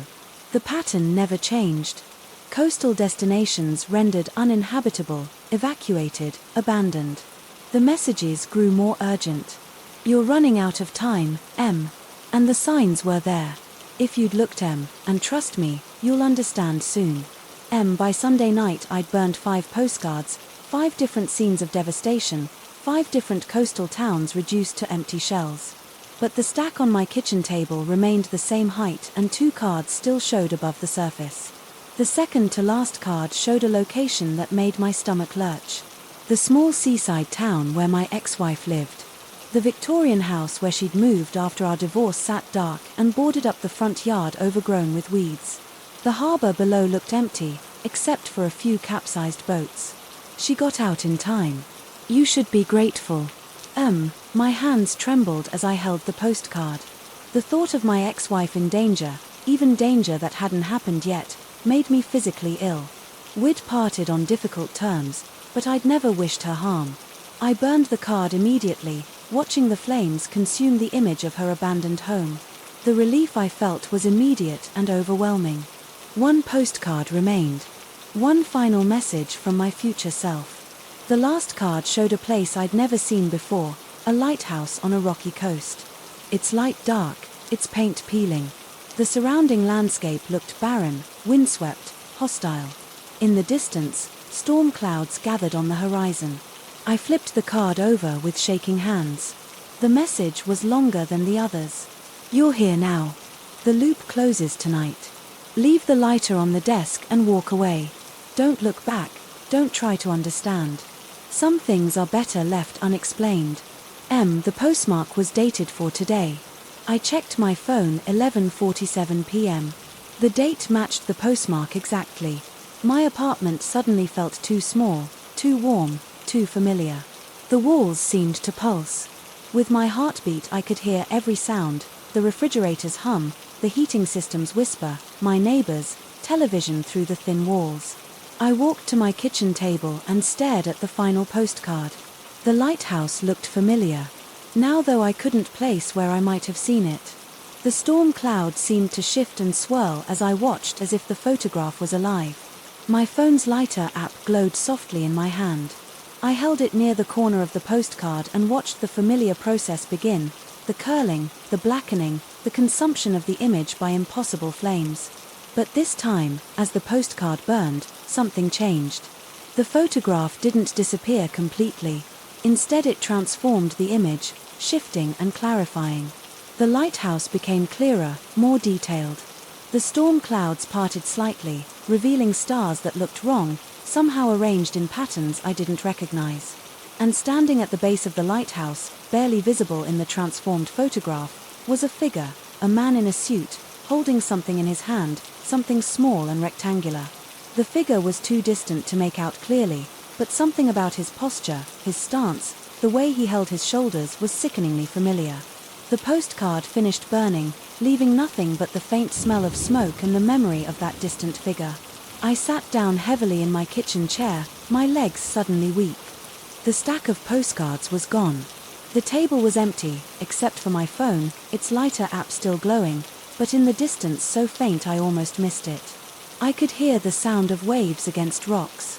The smell of salt air drifted through my apartment, though all the windows were closed. I looked at my phone. 11:59 p.m. The doorbell rang. I walked to the front door on unsteady legs and peered through the peephole. The hallway was empty, but something lay on the floor just outside my door, something white and rectangular. I opened the door with trembling hands and picked up the object, a postcard. The image showed my apartment building, but wrong. Windows boarded up parking lot, empty weeds growing through cracks in the pavement. I flipped it over. My own handwriting stared back at me. The first postcard arrives on a Tuesday. Don't forget the lighter M. The postmark was dated for last Tuesday. I looked up and down the hallway, but it was empty behind me.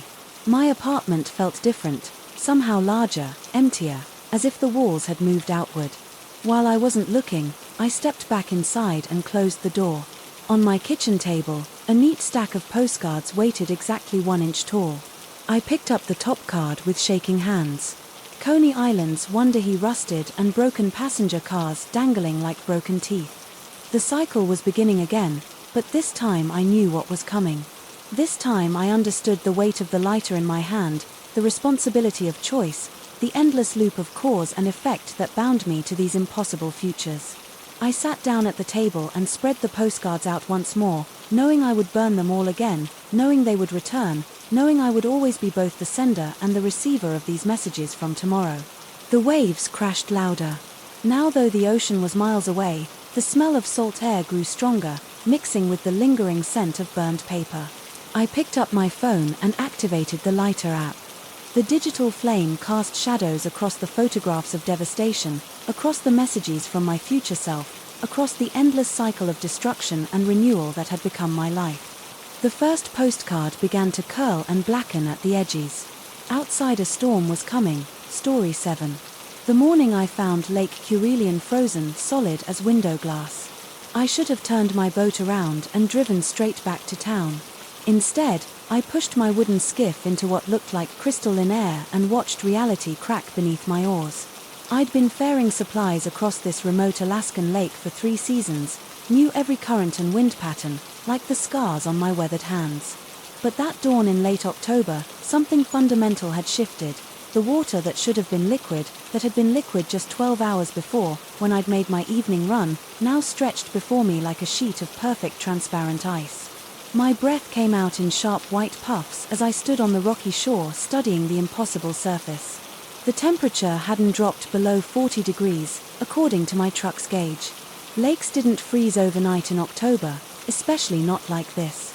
Smooth and clear as expensive crystal, so transparent. I could see every detail of the lake bed. 30 feet below, the silence pressed against my eardrums. No lapping water, no distant bird calls, no wind through the surrounding pines, just my ragged breathing and the crunch of frost, brittle grass beneath my boots. I should have recognized the wrongness, then should have listened to the primitive part of my brain that whispered warnings in a language older than words. Instead, I dragged my skiff onto the glass surface and climbed in the first stroke of my oars, sent spiderweb cracks radiating outward from the hull. The ice sang a high crystalline note that made my teeth ache. But as I pulled the oars through their arc, the fisheries sealed themselves behind me with soft popping sounds like joints being cracked. Within seconds the surface looked untouched again, as if I'd never been there. My heart hammered against my ribs as I tried to process what I was seeing. Ice didn't behave that way. Ice didn't heal itself. Ice didn't sound like breaking glass with every stroke while somehow supporting the weight of my boat and body. I rowed harder, desperate to reach the opposite shore, and the supply drop I was contracted to make. Each stroke created that same network of cracks. Each crack sealed itself with that same unsettling pop. The pattern repeated, with mechanical precision trapping me in a rhythm I couldn't break.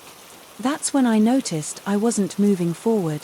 Despite the obvious motion of my oars through the glassy surface, despite the familiar burn in my shoulders and the steady crack and seal beneath my hull, the shoreline remained exactly the same distance away. The familiar landmarks, the lightning-struck pine, the boulder that looked like a sleeping bear stayed fixed in their positions relative to my boat. Cold sweat beaded on my forehead.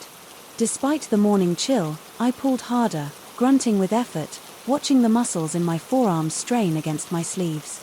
The boat rocked. With my movements, the oars cut through the surface with satisfying resistance, but I remained stationary in the center of the lake like a fly trapped in amber.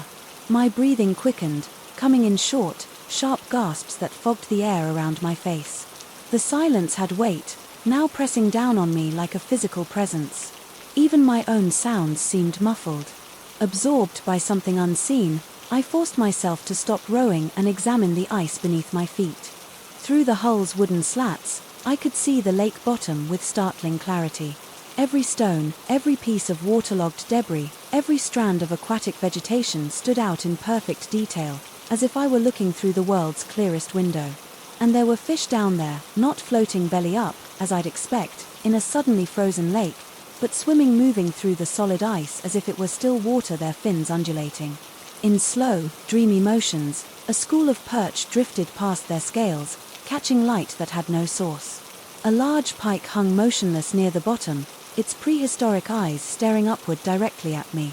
My rational mind tried to supply explanations: optical illusions, light refraction, stress-induced hallucinations brought on by the impossible situation. But the fish moved with purpose. Following currents, I couldn't see through ice. I watched a bass swim directly beneath my boat, its mouth opening and closing as if it were trying to tell me something. Its movements were wrong, too slow, like footage, played at half speed but with an eerie fluidity that suggested time moved differently, in whatever medium the fish now inhabited. That's when the rhythmic tapping started. Tap, tap, tap, soft. At first almost gentle, coming from directly beneath my feet, I looked down through the hull and saw nothing different. The fish continued their languid swimming. The lake bottom remained unchanged, but the tapping persisted steady. As a heartbeat: tap, tap, tap. I pressed my ear to the wooden planks and the sound grew clearer. Not random impacts, but deliberate percussion. Something was down there, in the ice, or in whatever the ice had become. Trying to communicate, trying to break through. My mouth went dry as cotton. The sound of my own pulse roared in my ears, competing with the mysterious tapping. I gripped the sides of the boat until my knuckles turned white, trying to anchor myself to something solid and familiar. The tapping grew louder, more insistent, tap, tap, tap. Now it came from multiple points beneath the hull. A dozen sources, then more, as if a crowd had gathered on the other side of the ice, all demanding attention, all trying to break through from whatever realm they now inhabited. I grabbed my oars again and pulled with desperate strength, but the boat continued to hover in place. The shoreline mocked me with its unchanging distance. The mountains surrounding the lake watched with indifferent peaks, while I struggled against forces I couldn't name or comprehend. The tapping evolved into a complex rhythm, multiple percussion points, different intensities, creating a pattern that almost resembled Morse code or the drumming of woodpeckers. But underneath the apparent randomness, I detected something more troubling, an intelligence organizing the sounds, a consciousness trying to establish contact. My breathing came in ragged gasps. Now sweat stung my eyes, despite the cold air. Every instinct screamed at me to get off the lake, to abandon the boat, if necessary, and crawl to shore across the impossible ice. But when I looked over the side, I saw that the cracks for my oars now extended much deeper than before. The fissures spread downward through the transparent surface like roots, creating a complex network of fractures that pulsed with their own inner light. The light was pale blue, the color of deep winter ice, and it throbbed in time. With the tapping below, through the largest crack, I caught a glimpse of something moving, not a fish this time, but something larger, a shadow passing beneath the ice too big to be any creature that belonged in this high-altitude lake. As it moved, the tapping grew more frantic, more demanding. I realized with horror that the cracks weren't just forming randomly, they were spreading in a pattern. The fissures created a rough circle around my boat, dividing the lake into two zones. Inside the circle, the ice remained crystal clear. Outside it began to cloud and darken, as if something were rising from the depths to block the light. The boat shuddered. A vibration traveled up through the hull, through my boots, into my bones. Whatever was down there had made contact with the bottom of my skiff, physical contact. My vision blurred with panic. The familiar weight of the oars in my hands became the only thing anchoring me to reality. I pulled against the unforgiving surface with mechanical desperation, creating more cracks, more pathways, for whatever lurked beneath. The fish scattered suddenly, their dreamlike swimming becoming frantic darts. Through the solid medium, they moved away from something rising from the deepest part of the lake, something that displaced them, despite existing in what should have been impenetrable ice. The tapping stopped. In the sudden silence, I could hear my own labored breathing, the creak of wood under stress, and something else, a sound like gas escaping from a deep source. The ice around my boat began to sing again, but this time the crystal note held harmonics, overtones that suggested vast spaces opening up beneath me. I looked down and saw eyes, dozens of them arranged in no pattern I could recognize as natural. They blinked in sequence, not like a creature's eyes, but like windows opening and closing in the ice itself. Each eye was perfectly human in appearance, brown, blue, green, but they stared up at me from impossible positions throughout the solid surface. My scream died in my throat as logic fled entirely. The eyes followed my movements, tracking back and forth as I rocked in the motionless boat. Some were child-sized, others belonged to adults, all perfectly preserved in the crystal matrix of the transformed lake. I understood then that I was looking at everyone who had ever fallen through ice, every person who had ever been claimed by cold water, somehow preserved and aware. In this pocket dimension that existed between liquid and solid states, the lake had become a repository for the lost, a prison of crystallized time where the disappeared waited and watched. The largest eye, brown, with flecks of gold, positioned itself directly beneath my feet. It belonged to someone I almost recognized, a face from old missing person posters perhaps, or a photograph in the local newspaper's annual memorial section. The eye blinked once deliberately and then began to roll upward, as if the person behind it were trying to surface. The ice bulged upward beneath my boat. The wooden hull groaned under stress. It was never designed to handle. Whatever was rising had mass, had substance, despite existing within solid ice. The eye grew larger as its owner approached the surface, and I could begin to make out features around it, the bridge of a nose, the curve of a cheek, all pressing upward against the crystal barrier. My hands shook so violently I could barely grip the oars. The boat tilted as the ice continued to deform, creating a hill beneath me that threatened to capsize my small craft. Still, I couldn't move toward shore. The invisible forces holding me in place had grown stronger, as if the attention of those trapped beneath had created a gravitational pull. More bulges appeared across the lake's surface, dozens of shapes pushing upward from within the ice. Faces and hands and bodies all straining toward the air above the clear surface began to fog with their breath, creating patches of opacity that spread like infection. I closed my eyes and pulled the oars with every ounce of strength I possessed. The familiar motion centered me, gave me something concrete to focus on while reality disintegrated around me. Pull, lean back, lift, push forward, drop the blades, pull again. The rhythm became a mantra, a prayer to physics and normally. When I opened my eyes, I was moving. The shore was closer, not much, but undeniably closer. The faces in the ice had grown more distinct, but also more distant, as if my retreat were stretching the space between us. I didn't question the change or try to understand it. I simply rode with mechanical precision, focusing on the growing size of the lightning-struck pine that marked my destination. The eyes followed my progress but made no sound. The tapping had stopped entirely. Even the fish had disappeared, leaving me alone above a gallery of watchers whose expressions ranged from curious to desperate to accusatory. They knew I was escaping something they could not. My lungs burned with cold air and exertion. By the time the bow of my skiff scraped against the rocky shore, I stumbled out onto solid ground, leaving the boat half in and half out of the water, or what I still hoped was water. Despite everything I'd witnessed, I turned back once before climbing into my truck. The lake stretched before me, liquid and ordinary in the strengthening morning light. Small waves lapped against the shore where my boat bobbed. Fish jumped in the distance, sending concentric circles across the normal everyday surface. But in my peripheral vision, just at the edge of sight, I could still see the eyes watching from beneath a layer of ice that existed in some other version of reality. They blinked in patient sequence, waiting for the next visitor to venture too far from shore. I drove back to town and quit my ferry contract that same day. When people asked why, I told them about mechanical problems with my boat, about the coming winter weather, about wanting to pursue other opportunities. Nobody questioned my explanation, but I caught several old-timers nodding with understanding they didn't share. Lake Curilion claimed 3 more people over the next month, hikers who fell through ice that shouldn't have existed yet.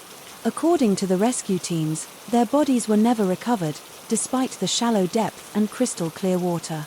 The searchers reported excellent visibility all the way to the bottom, but somehow missed what should have been obvious remains. I know where those hikers are now. They're watching from beneath the surface, adding their eyes to the collection, waiting with patience that only the trapped possess, and sometimes on particularly quiet nights I can still hear the rhythmic tapping they make as they try to break through from whatever frozen dimension they now inhabit. The lake remembers everyone it touches, and it's still waiting for me to return. Story 8. The emergency call came at 11:47 p.m., piercing through the static of my apartment radio like a needle through dead flesh. Bradley Municipal Airport, closed for 15 years, needed an emergency controller system. Malfunction, incoming traffic, nobody else available. The voice on the other end crackled with desperation, offering triple overtime pay for a single night shift. I should have hung up the drive-through. October rain felt like descending into a grave. My headlights carved weak tunnels through the darkness, illuminating the skeletal remains of what had once been a bustling regional hub. Rusted chain-link fences sagged under the weight of decades. Their warning signs bleached white by sun and time. The control tower loomed ahead, a concrete finger pointing accusingly at the storm-heavy sky. My hands trembled as I fumbled with the emergency access codes they'd given me over the phone. The metallic taste of fear coated my tongue, though I couldn't explain why. 23 years of air traffic control experience, and I'd never felt this kind of dread. Walking into a facility, the elevator wheezed and groaned, cables screaming against rusted pulleys. Each floor I climbed felt like another layer of the living world peeling away. When the doors finally opened, on the 7th floor, I stepped into a time capsule. Everything sat exactly as it had been left in 2009. Coffee cups molded on desks, their contents long since evaporated into brown stains. Computer monitors stared blindly from workstations, their screens dark and lifeless. Dust particles danced in the sickly yellow glow of emergency lighting, creating an atmosphere thick enough to choke on. The main radar console occupied the center of the room like an altar. Someone had managed to restore power to the essential systems. The green sweep of the radar arm painted ghostly circles across the scope, searching for aircraft that shouldn't exist. I approached it with the reverence of a man entering a cathedral, my footsteps echoing hollowly in the cavernous space. The radio crackled to life before I even reached for the headset. Bradley Tower. This is Eastern 447. Requesting landing instructions. My blood turned to ice water in my veins. The voice carried the tiny quality of old AM radio transmissions layered with static that seemed to whisper secrets just below the threshold of understanding. I grabbed the headset with shaking hands, my heart hammering against my ribs like a caged animal. Eastern 447, Bradley Tower, is currently closed for operations. I managed to respond, my voice catching in my throat. Negative, Phantom Commander. We show green light for approach. Fuel running low. Request immediate clearance to runway 27. Phantom Commander, the words hit me like a physical blow. Nobody had called me that since my Air Force days decades ago. My commanding officer had coined the nickname. After I'd guided a damaged B-52 through zero visibility conditions. My voice the only thing between 12 airmen and disaster, but that was classified information buried in military files that nobody should have access to. I stared at the radar scope with growing horror. A single blip moved steadily toward the airport, but something was wrong with the display. The aircraft showed no transponder code, no altitude readout, no identifying information. Just a pale green dot sliding across the screen like a diseased cell. My mouth went dry as sandpaper. Runway 27 had been demolished in 2010. Its concrete broken up and hauled away to make room for a shopping complex that was never built. Nothing remained but an overgrown field where deer grazed among the weeds. Eastern 447, runway 27 is not available. Suggest you divert to Springfield. Regional bearing 090, distance 40 m. Static filled the channel for several seconds before the pilot's response came through, distorted and fading like a transmission from the depths of space. Phantom Commander, Springfield shows no beacon, unable to locate. Please vector us home, home. The word carried weight that settled in my stomach. Like lead, I pulled up the facility's historical records on a dusty terminal, my fingers dancing across keys that felt strange and cold. Eastern Airlines had ceased operations in 1991. Flight 447 had been a regular service route until 1952. The realization hit me like a freight train. I stumbled backward from the console, my chair rolling away with a squeal of protest. The radar blip continued its approach, now less than 20 m out and closing fast. My hands shook uncontrollably as I rifled through paper charts looking for some explanation, some rational answer to what was happening. The year Harold Brennan had died. Harold Brennan, Bradley Municipal's head controller for 37 years, had suffered a massive heart attack during a thunderstorm while guiding 3 aircraft through dangerous conditions. The official report stated he died at his post hand, still gripping the radio microphone, ensuring all planes landed safely before his final breath. Bradley Tower. Eastern 447. We're showing you on frequency. Can you see us on your scope? I could see them. God help me. I could see them approaching a runway that no longer existed, burning fuel that defied the laws of physics. Following navigation beacons that had been dark for 7 decades, the temperature in the control room began to drop. My breath formed visible clouds in the suddenly frigid air and frost began to crystallize on the inside of the windows. The overhead lights flickered with increasing frequency, casting dancing shadows that seemed to move independently of their sources. Eastern 447. I can see you on radar. Be advised, current conditions are. My voice trailed off as I struggled to find words for the impossible situation. Phantom Commander, we're grateful for your assistance. This storm came out of nowhere. Weather looked clear. When we departed Washington, I checked the historical logs again with trembling fingers. Eastern 447's final flight had originated from Washington National, bound for Boston, with fuel stops in Bradley and Portland. The aircraft had disappeared somewhere over Connecticut during a violent thunderstorm that had spawned 3 tornadoes and killed 17 people. They had never found the wreckage. The radar blip was now 10 miles out and, descending on the scope, I could see the ghost of runway 27 overlaid like a translucent memory across the current topographical display. The phantom runway appeared exactly as it had existed in 1952. Concrete strips stretching into darkness approach lights twinkling in perfect formation. Eastern 447. You are cleared for approach to runway 27. Wind is calm, visibility unlimited. The words came out of my mouth without conscious thought, as if someone else was speaking through me. Roger, Bradley Tower beginning final approach. Thank you, Phantom Commander. Your voice is getting fainter, but we can still hear you. That's when I understood the true horror of my situation.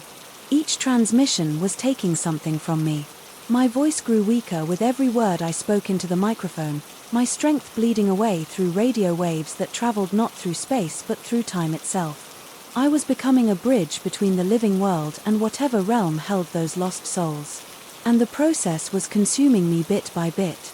The radar blip continued its descent, now 5 miles out. I could see it clearly on the scope, not just a dot, but the detailed outline of a 1950s airliner, its 4 propeller engines spinning lazily in the ethereal wind. Ghostly passengers pressed their faces to ghostly windows, staring down at an airport that existed only in their memories. My hands had gone completely numb. I could barely feel the microphone as I raised it to my lips. My voice now nothing more than a whisper carried on spectral frequencies. Eastern 447, you are 2 miles from touchdown. Runway is clear, winds calm. Bradley Tower, we can barely hear you now. Are you still there, Phantom Commander? I was still there, but barely each word I spoke transferred more of my essence into their world, making me less real and them more substantial. Through the control room windows, I could see the impossible sight of approach lights blazing to life across the empty field where runway 27 had once existed. The ghostly aircraft materialized in the distance, its navigation lights blinking, red and green, as it lined up for an approach to infrastructure that existed only in the space between heartbeats. Eastern 447, you are on final approach. Touchdown. In 30 seconds. My voice was barely audible, now fading like a radio signal at the edge of its range. The aircraft grew more solid with each passing moment. While I felt myself becoming transparent, caught between the world of the living and the realm of the eternally lost, the plane touched down on phantom concrete with a thud that shook the control tower. I watched through failing eyes as it rolled to a stop.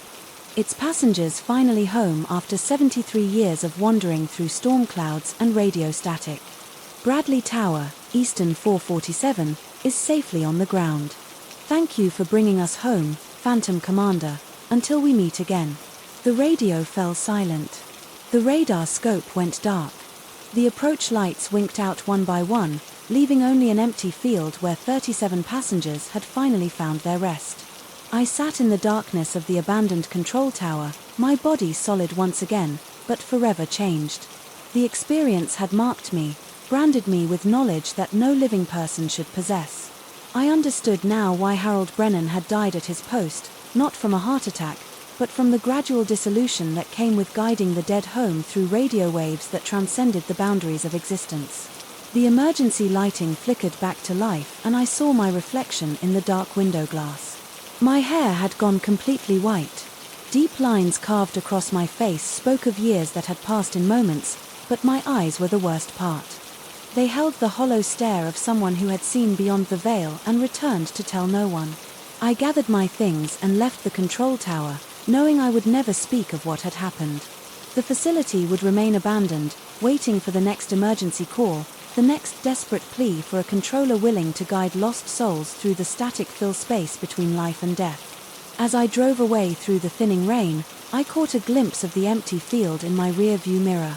For just a moment, Runway lights flickered like dying stars, and the ghost of an old airliner sat peacefully on the tarmac, its engines finally silent. After decades of searching for home, my radio crackled with static, and through the white noise I could swear, I heard my old call sign whispered on frequencies that didn't exist. Phantom Commander, Phantom Commander. I turned off the radio and drove into the dawn, carrying the weight of 37 souls who had found their peace and one living man who would never find his again. Story 9. The basement of Westfield Mall held secrets that management preferred to forget. Dusty corridors stretched beyond the employee break rooms, past forgotten storage units into areas that hadn't seen maintenance in decades. The air down there tasted of rust and neglect, thick with the weight of abandonment. I'd been working security at the mall for 3 years, walking the same routes every night, checking the same doors, hearing the same settling sounds of a building that never truly slept. But tonight felt different. Tonight the familiar hum of fluorescent light seemed to carry an undertone I'd never noticed before, a frequency that made my teeth ache. The call had come in around midnight.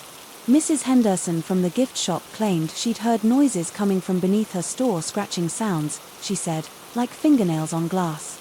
I'd assured her it was probably just the old heating system, but protocol demanded I investigate. Protocol was about to become my nightmare. The service elevator descended with mechanical groans that echoed through the shaft each floor, marking my descent into the building's forgotten depths. B1, B2, B3, levels that didn't exist on the public directories. The elevator shuttered to a stop at B4, and the doors opened to reveal a corridor I'd never seen before. Emergency lighting cast sickly yellow pools every 20 feet, leaving vast stretches of darkness between them. The walls were concrete, unpainted, and scarred with water stains that looked disturbingly like reaching hands. My flashlight beam cut through the gloom, revealing doors with numbers that made no sense. Rooms 47, 23, 91, scattered without logic or pattern. The scratching sound reached me then, faint but unmistakable. It came from deeper in the corridor, past a bend where my light couldn't penetrate. My radio crackled with static when I tried to call it in the signal, apparently unable to reach through the concrete and steel above. Each step forward felt like walking through invisible cobwebs, the air growing thicker, more oppressive. The scratching continued rhythmic, now like someone drawing their nails across glass in deliberate patterns. I followed the sound, my footsteps echoing strangely in the narrow space, creating phantom sounds that seemed to come from behind me. Room 13 stood at the corridor's end, its door slightly ajar. The scratching came from within, accompanied now by a sound I couldn't immediately identify, a soft whisper of movement like fabric brushing against fabric. My hand trembled slightly as I pushed the door open the hinges, protesting with a shriek that seemed to echo for far too long. Inside was a funhouse mirror maze. The realization hit me like a physical blow. I'd heard about this place from the older security guards. Stories they told during breakroom gossip, the enchanted mirrors. They called it an attraction from the mall's early days in the 1970s. It had been closed down after a series of incidents, customers reporting disorientation, panic attacks, claims of seeing things that weren't there. Management had sealed it away, but apparently not permanently. Dozens of mirrors stretched into the darkness, their surfaces reflecting my flashlight beam in infinite recursive patterns. Some were flat, others curved, creating distortions that transformed my reflection into something elongated and alien. The scratching sound seemed to come from everywhere at once, now bouncing off the mirrors and multiplying until it became a symphony of fingernails on glass. I should have left then. Every instinct screamed at me to turn around, ride the elevator back to the familiar world above, and report the room as another maintenance issue. But something drew me forward, a compulsion I couldn't explain, as if the mirrors themselves were pulling me deeper into their maze. The first thing I noticed was wrong, was subtle, so subtle I almost missed it. My reflection in the nearest mirror seemed to lag slightly behind my movements. I raised my hand and my reflection followed a heartbeat. Later I told myself it was the lighting, the angle, some trick of the old glass. But as I moved deeper into the maze, the delay became more pronounced. I would turn my head and my reflection would complete the motion. A full second later the delay grew as I progressed 2 seconds 3, until I realized with growing horror that my reflections were showing me what I had been doing exactly 1 minute ago. The mirrors weren't reflecting the present. They were reflecting the past.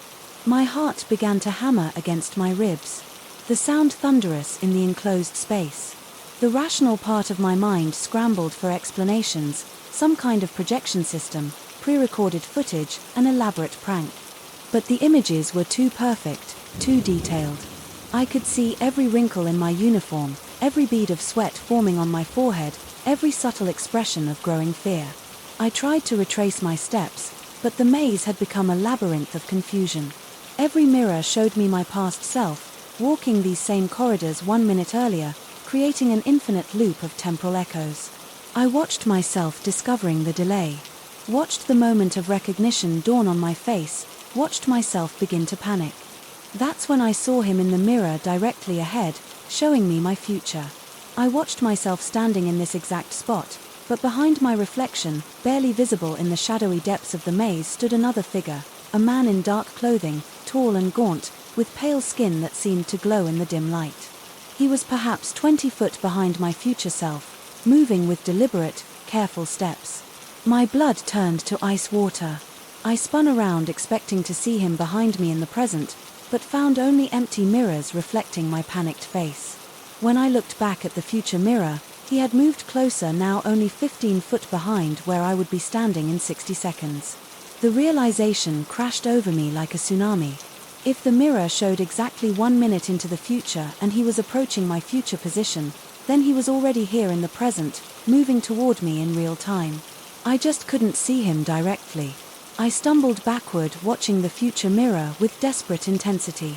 The figure continued his approach, now 10 feet behind my future self. His face remained hidden in shadow, but I could see the unnatural length of his limbs, the way he moved, without seeming to disturb the air around him.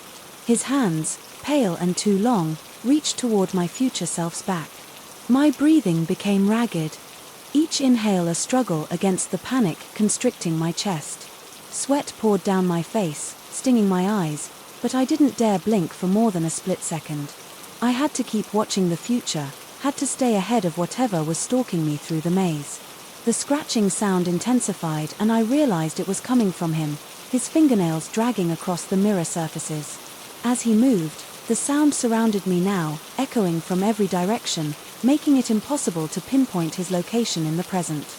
I forced myself to move following the path I'd seen my future self take. In the mirror, the maze seemed to shift around me, passages appearing and disappearing, mirrors reflecting mirrors in endless recursion.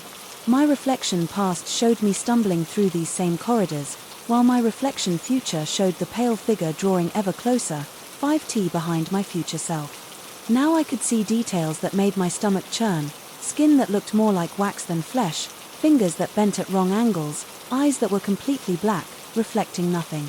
He moved with the fluid grace of something that had never been truly alive, never bound by the normal limitations of human anatomy. The temperature in the maze plummeted. My breath began to fog. Each exhalation, a visible cloud that hung in the air before dissipating.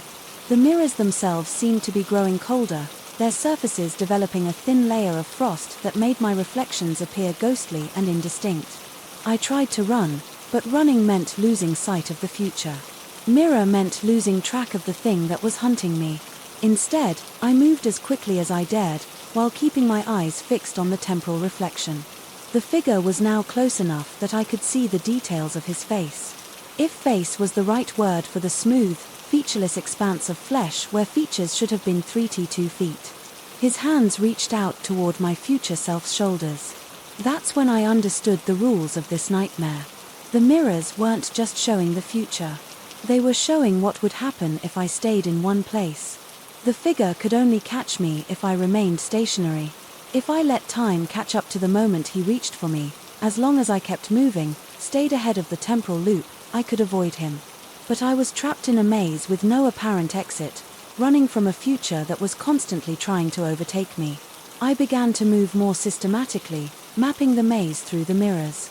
Each turn revealed new corridors, new reflections, new angles on my predicament. The figure followed relentlessly, always exactly 1 minute behind in real time, always visible in the future, mirrors always approaching with that same deliberate, inexorable pace. My legs began to burn with the constant movement. My throat was dry as dust, my lips cracking. The flashlight beam wavered as my hands shook with exhaustion and terror. But I couldn't stop. Stopping meant letting the future catch up, meant letting those pale hands finally make contact. The mirrors began to show me things that weren't quite right, reflections that moved independently, shadows that fell at impossible angles, glimpses of spaces that couldn't exist within the geometry of the mall's basement. The maze was becoming something more than a simple funhouse attraction, something that existed outside normal space and time. I caught sight of myself in a particularly distorted mirror and barely recognized what I saw. My face was gaunt with exhaustion, my eyes wild with barely contained panic. My uniform was soaked with sweat, clinging to my body like a second skin. I looked like a man who had been running for days, not minutes. But the future mirrors told a different story. They showed me that time in the maze was not flowing normally. What felt like minutes of running corresponded to hours in the reflections.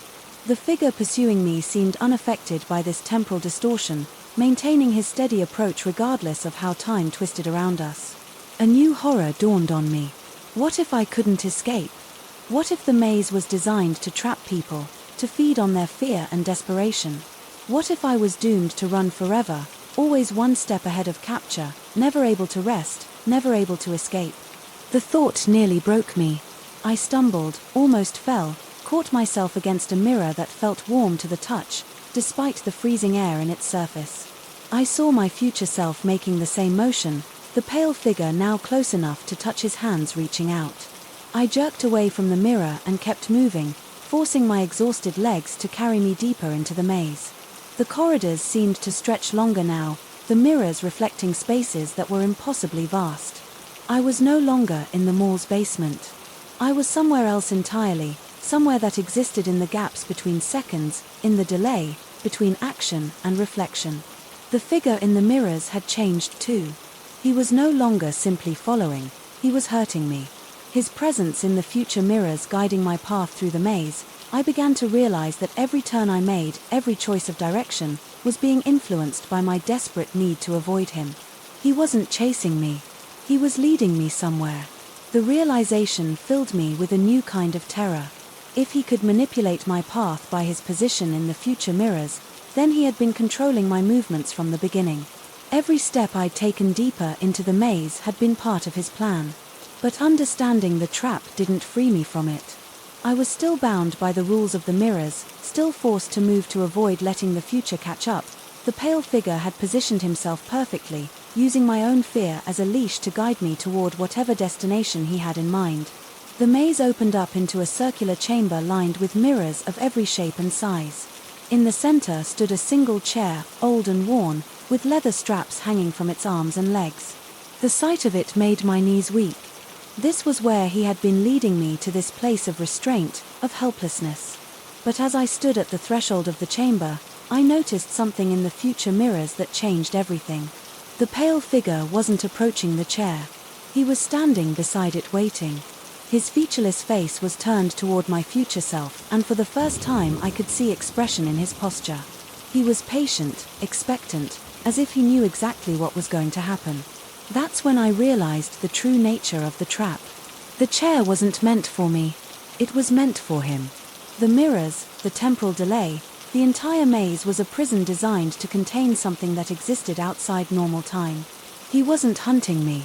He was trapped here, just as I was forced to endlessly pursue and never catch, to exist in the space between present and future. The scratching sound reached a crescendo, and I understood that it wasn't his fingernails on glass. It was the sound of him trying to claw his way out of the temporal loop that held him. The maze wasn't feeding on fear. It was feeding on time itself, using the delay between action and reflection to create a pocket of distorted reality where neither of us could escape. I looked at the future mirrors and saw my reflection approaching the chair. In 60 seconds I would walk into that chamber and the loop would close. The pale figure would reach for me, I would touch the chair, and we would both be trapped forever in an endless cycle of pursuit and near capture. But knowing the future gave me one advantage. I could choose to break the pattern. Instead of entering the chamber, I turned away from the mirrors entirely.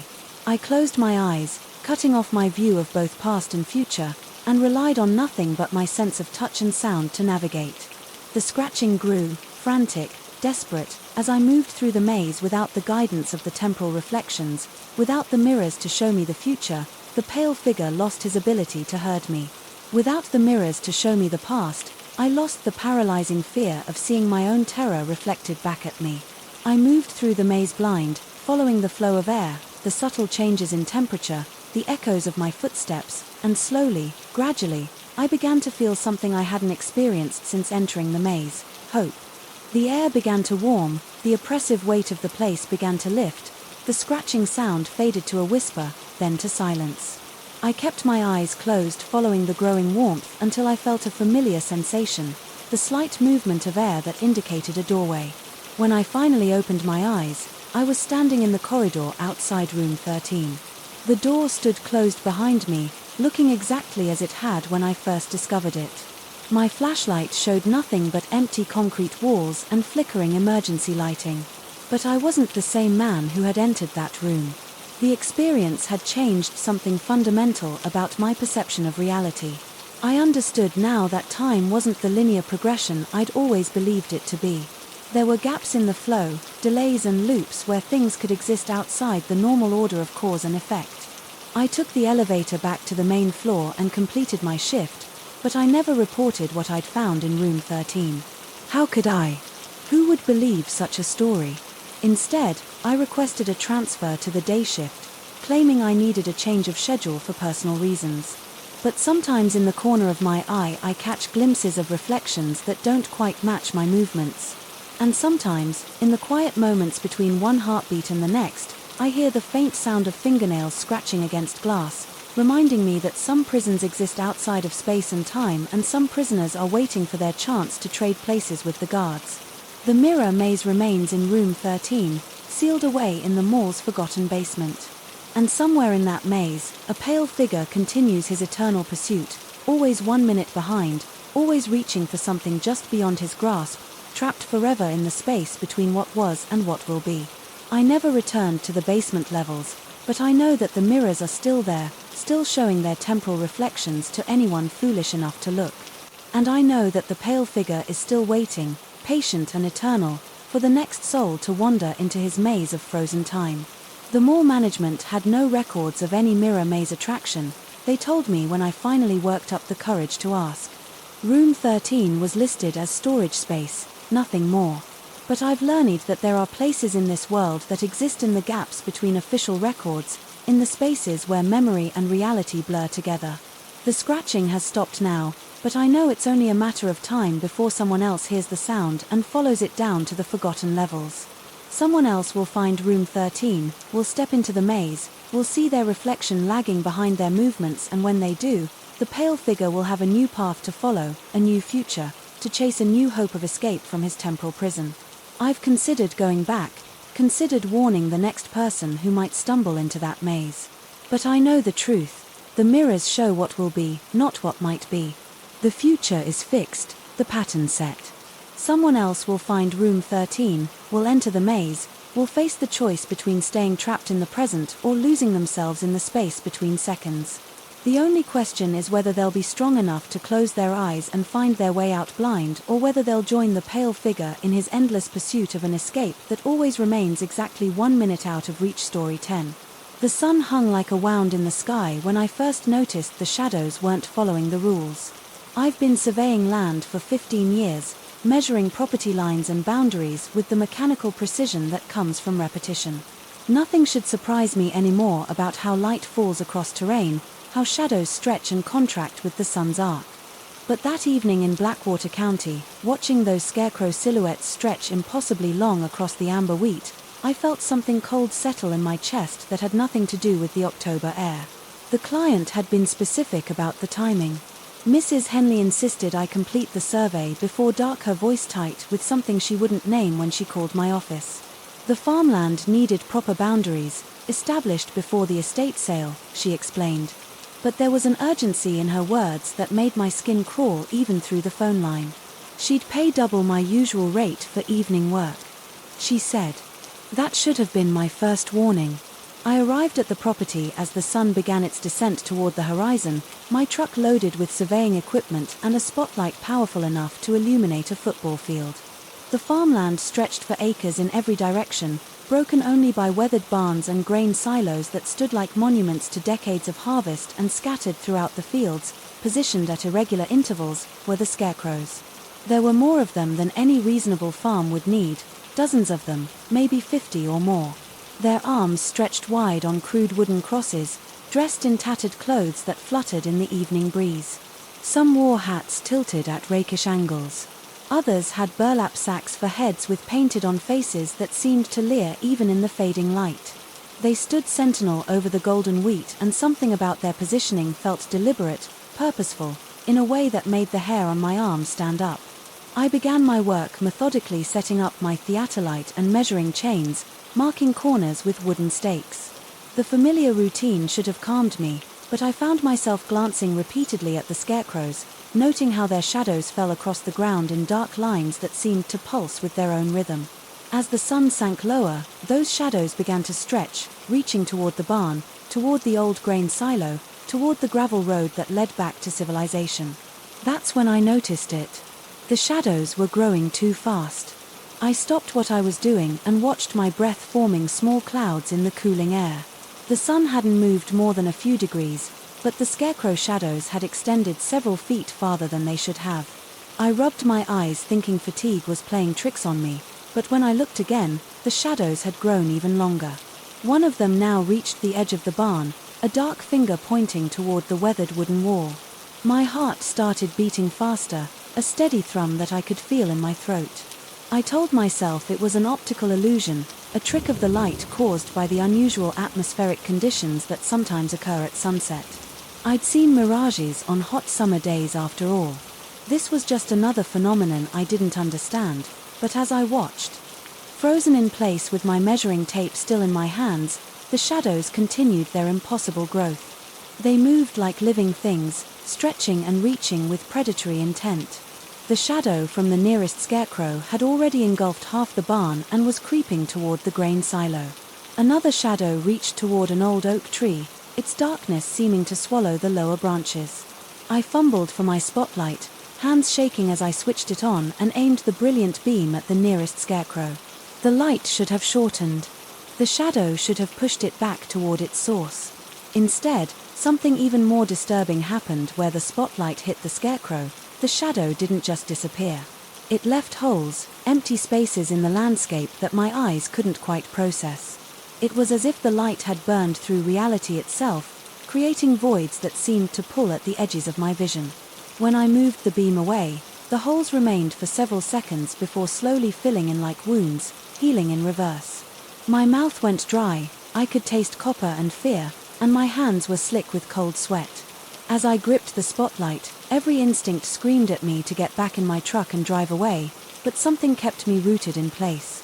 Maybe it was professional pride, maybe it was the money Mrs. Henley had promised, or maybe it was the growing certainty that if I left now, something terrible would follow me home. The shadows were reaching for the road. I understood then what Mrs. Henley had been afraid to tell me, why she'd insisted on evening work with such desperate urgency. She hadn't hired me to survey the land.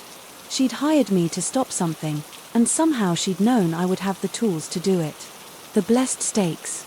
I remembered them now, tucked away in the back of my truck with the rest of my surveying equipment. My grandfather had given them to me when I first started in the business, told me they were family loads that would keep me safe from things that didn't belong in the daylight world. I'd always thought they were just sentimental nonsense, ordinary wooden stakes with crude religious symbols carved into them. But as I watched the shadows stretch toward the road with malevolent purpose, I realized my grandfather had known exactly what he was giving me. My legs felt weak as I stumbled back to the truck, shadows creeping closer on all sides. I could hear sounds, now whispers that might have been wind through wheat or might have been something else entirely. The scarecrows stood motionless, but their shadows writhed and reached like living tentacles covering more ground. With each passing second I grabbed the stakes from the truck bed, their rough wood warm against my palms despite the cold air. There were exactly 13 of them, each about 3 feet long and carved with symbols I'd never bothered to examine closely before. Now, under the dying light, I could see they were protective wards, religious iconography mixed with older symbols that predated Christianity by centuries. The nearest shadow was almost at the oak tree, and I could see something happening where it touched the bark. The wood was darkening, withering as if the shadow was draining the very life from it.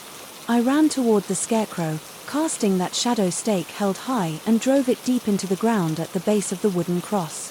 The effect was immediate and startling. The shadow snapped back like a rubber band, shrinking to its natural length, with an audible crack that seemed to echo across the fields. The scarecrow itself shuddered on its post, its burlap head turning slightly as if in pain or anger. I had 11 stakes left, and dozens of scarecrows to contain the work became a desperate race against the dying light. I ran from scarecrow to scarecrow, driving stakes into the ground and watching shadows retreat, with sounds like breaking glass or tearing fabric. My lungs burned from the cold air and exertion, and sweat soaked through my clothes.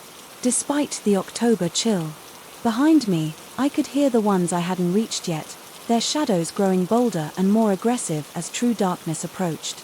Some of the shadows had already reached the barn, and I could see the wooden walls beginning to buckle and warp where the darkness touched them.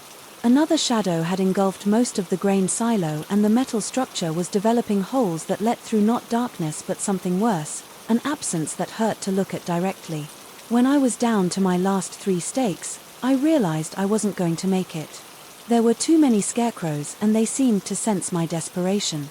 The ones I hadn't staked were moving now, not just their shadows, but the scarecrows themselves, turning on their posts to track my movement across the field. Their painted faces leered in the starlight, and I could swear I heard them whispering my name. The road was completely blocked now by overlapping shadows that moved and twisted like black water. Even if I reached my truck, I wouldn't be able to drive through that writhing darkness. I was trapped in the middle of the field with 3 stakes, facing dozens of hungry shadows that grew stronger with each passing minute. That's when I understood the real purpose of the spotlight. I stopped running and stood in the center of the field, breathing hard and trying to think clearly, despite the fear that threatened to overwhelm me. The spotlight in my hands was powerful enough to illuminate several acres, and if the light could create those strange holes, in reality, maybe I could use that to my advantage. I aimed the beam at the largest concentration of scarecrows and switched it to its widest setting, flooding the area with brilliant white light. The shadows didn't just retreat, they screamed. It was a sound like metal, tearing like wood, splintering like something ancient and hungry being forced to release its grip on the world. Where the light hit the shadows, those strange holes appeared again, but this time I could see what was on the other side, not emptiness, but somewhere else entirely, a place of perpetual twilight where things moved that were never meant to walk under any sun. The holes were portals. I realized doorways that the shadows had been trying to open wide enough to let something through. I played the light across the field in sweeping arcs, creating a barrier of holes that the shadows couldn't cross. The scarecrows writhed on their posts, their forms becoming less solid, more shadow-like themselves. Some of them began to dissolve entirely, their wooden crosses, falling empty to the ground. With my remaining stakes, I managed to contain the most persistent shadows, the ones that seemed anchored to scarecrows that wouldn't dissolve under the light. Each time I drove a stake home, I felt something push back, a resistance that was more than just hard air. These weren't just decorative farm fixtures. They were anchors holding something in place that didn't want to be held. By the time I'd used my last stake, the shadows had retreated to their natural lengths and the scarecrows had returned to their motionless vigil. The holes in reality had closed, leaving only normal darkness punctuated by starlight. My spotlight beam revealed nothing more threatening than windblown wheat and empty wooden crosses, but I could still feel them watching me. Not the scarecrows. Those were just vessels now, empty shells marking places where something had tried to break through. It was the things on the other side of those holes that watched, waiting for another chance. Another moment when the barriers between worlds grew thin. I gathered my surveying equipment with hands that still trembled, loading everything back into the truck with mechanical precision, while trying not to think about what I'd just experienced. The property boundaries were marked. Now, though, I doubted Mrs. Henley cared about that anymore. She'd gotten what she really paid for another night, when the shadows stayed where they belonged. As I drove away from the farm, I glanced in my rearview mirror and saw the scarecrows silhouetted against the star-filled sky. They looked ordinary, now just cloth and straw guardians over sleeping fields. But I knew better. I knew what they really were, what they were guarding against, and I knew I'd be back. Mrs. Henley would call again, or someone like her, because the shadows never really stopped growing. They just waited for the next sunset, the next moment when the light grew weak enough for them to stretch toward the world they wanted to claim. My grandfather's stakes had saved me this time, but they were one-use tools, their power exhausted. I'd need to find more, learn where they came from and how they were made, because somewhere out there, in farmlands and fields across the country, other scarecrows stood watch over other shadows that grew too long after dark. The road stretched empty before me, lit only by my headlights and the pale glow of distant stars. But I could feel the darkness pressing in from all sides. Patient and hungry, waiting for its chance to spill across the boundaries between worlds, I drove faster, my hands tight on the steering wheel, and tried not to think about how many farms I'd surveyed over the years that had scarecrows scattered through their fields. How many shadows I'd measured without really seeing what cast them behind me. The Blackwater County farmland settled into an uneasy peace, its guardians restored to their posts and its boundaries properly marked. But boundaries, I was learning, meant different things to different kinds of surveyors, and some measurements were more important than others. Story 11. The desert never truly sleeps. It whispers with the voices of wind through ancient rock formations, speaks in the settling groans of temperature, shocked metal, and sometimes, just sometimes, it broadcasts the future in crackling waves of static and despair. I learned this 3 hours before dawn, on a Tuesday that would either end with my rescue or my complete descent into madness. The repetition tower installation had been routine until that point. 47. Similar jobs across the southwestern territories had prepared me for the isolation, the equipment hauling, the methodical climbing of prefabricated steel sections under the relentless desert sun. What they hadn't prepared me for was the sound of my own voice emerging from a portable radio at 3:17 a.m., describing accidents that hadn't happened yet the job had started.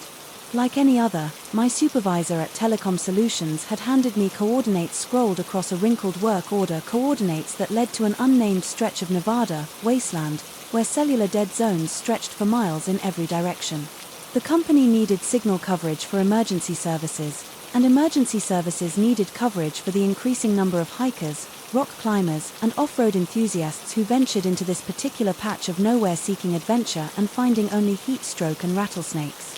I'd driven the company truck loaded with equipment through the night, arriving at the site as the first pale hints of dawn touched the eastern horizon. The landscape stretched endlessly in every direction, a rolling sea of sand, scattered sagebrush, and the occasional Joshua tree standing sentinel against the pale sky.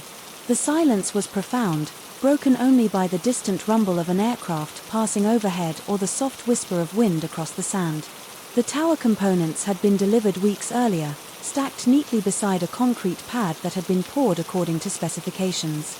Everything was present and accounted for: the lattice steel sections, the mounting hardware, the electronics package that would transform this desolate location into a vital link in the communication network.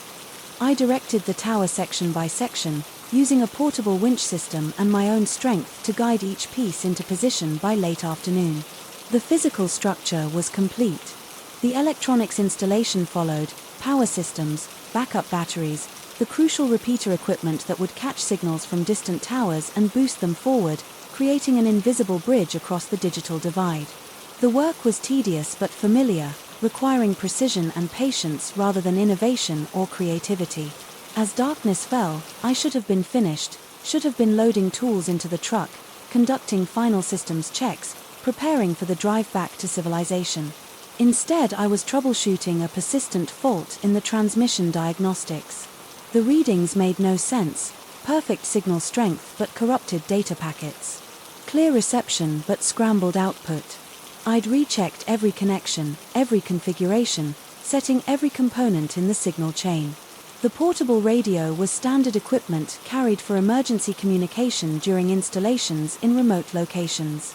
It lived in my toolkit, usually silent, except for occasional weather reports or traffic updates from distant cities. I'd switched it on more from habit than necessity, hoping to catch some late-night music to accompany the troubleshooting process. Instead, I heard my own voice.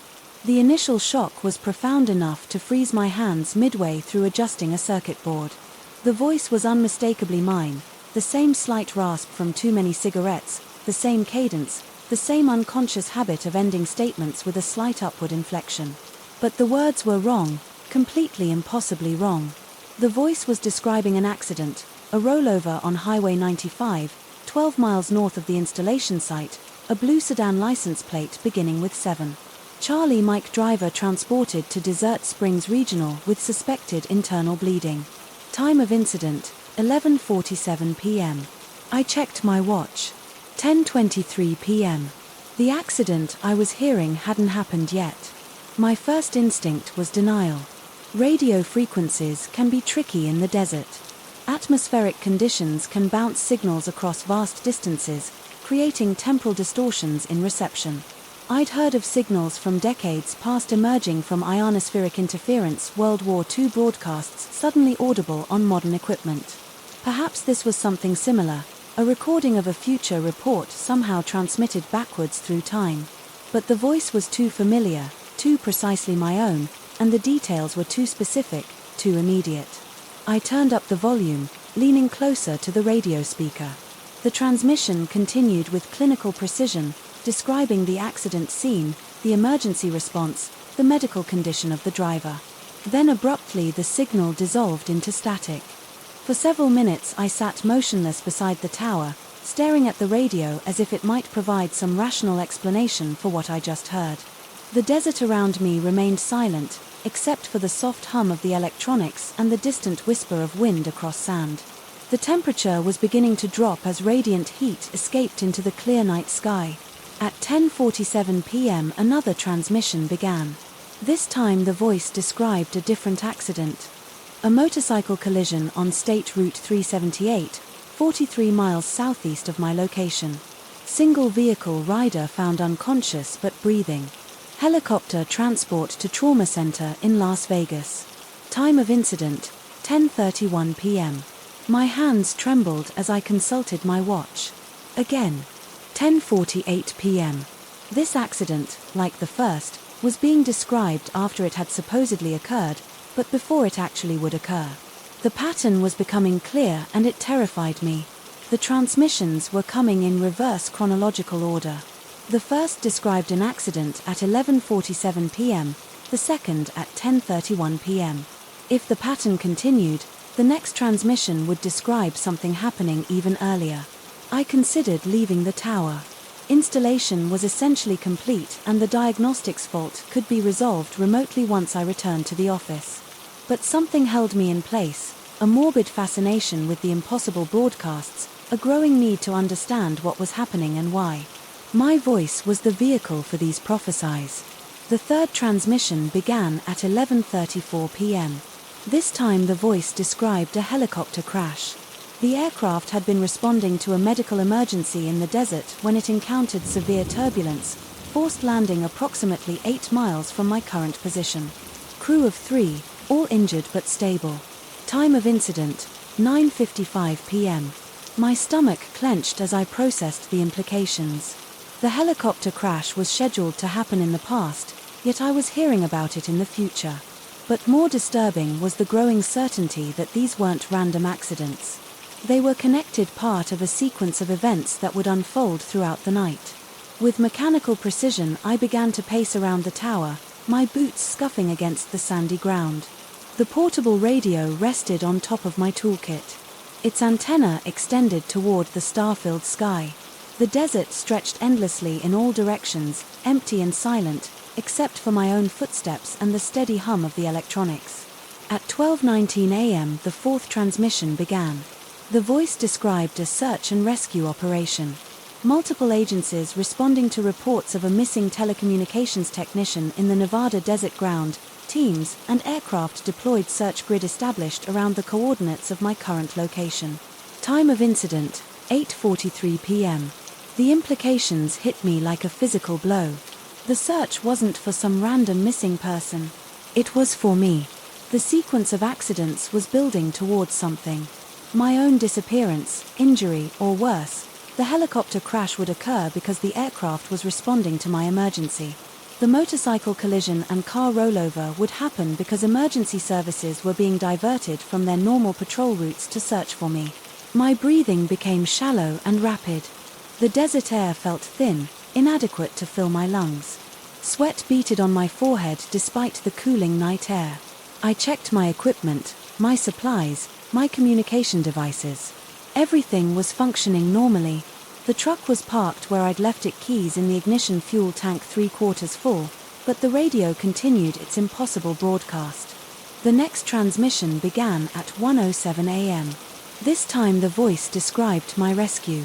A helicopter had located me 12 miles north of the installation site, near the wreckage of a company vehicle. I was conscious but disoriented, suffering from exposure and possible head trauma. The rescue team was preparing to extract me via helicopter airlift to the regional trauma center.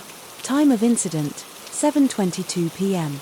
I stood frozen beside the radio, processing what I just heard. The rescue was scheduled for 7:22 p.m., more than 5 hours before I'd first heard the transmissions. According to the broadcast, I should already be lying injured, in the desert, waiting for help that would arrive in the form of a helicopter that would itself crash while responding to other emergencies.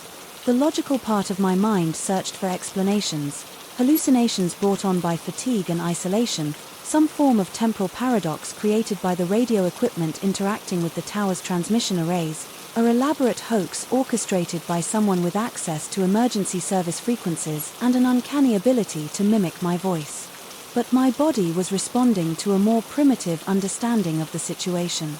My heart pounded against my ribs with irregular, painful beats. My palms were slick with sweat. My mouth felt dry and metallic. Every shadow seemed to shift with malevolent intent.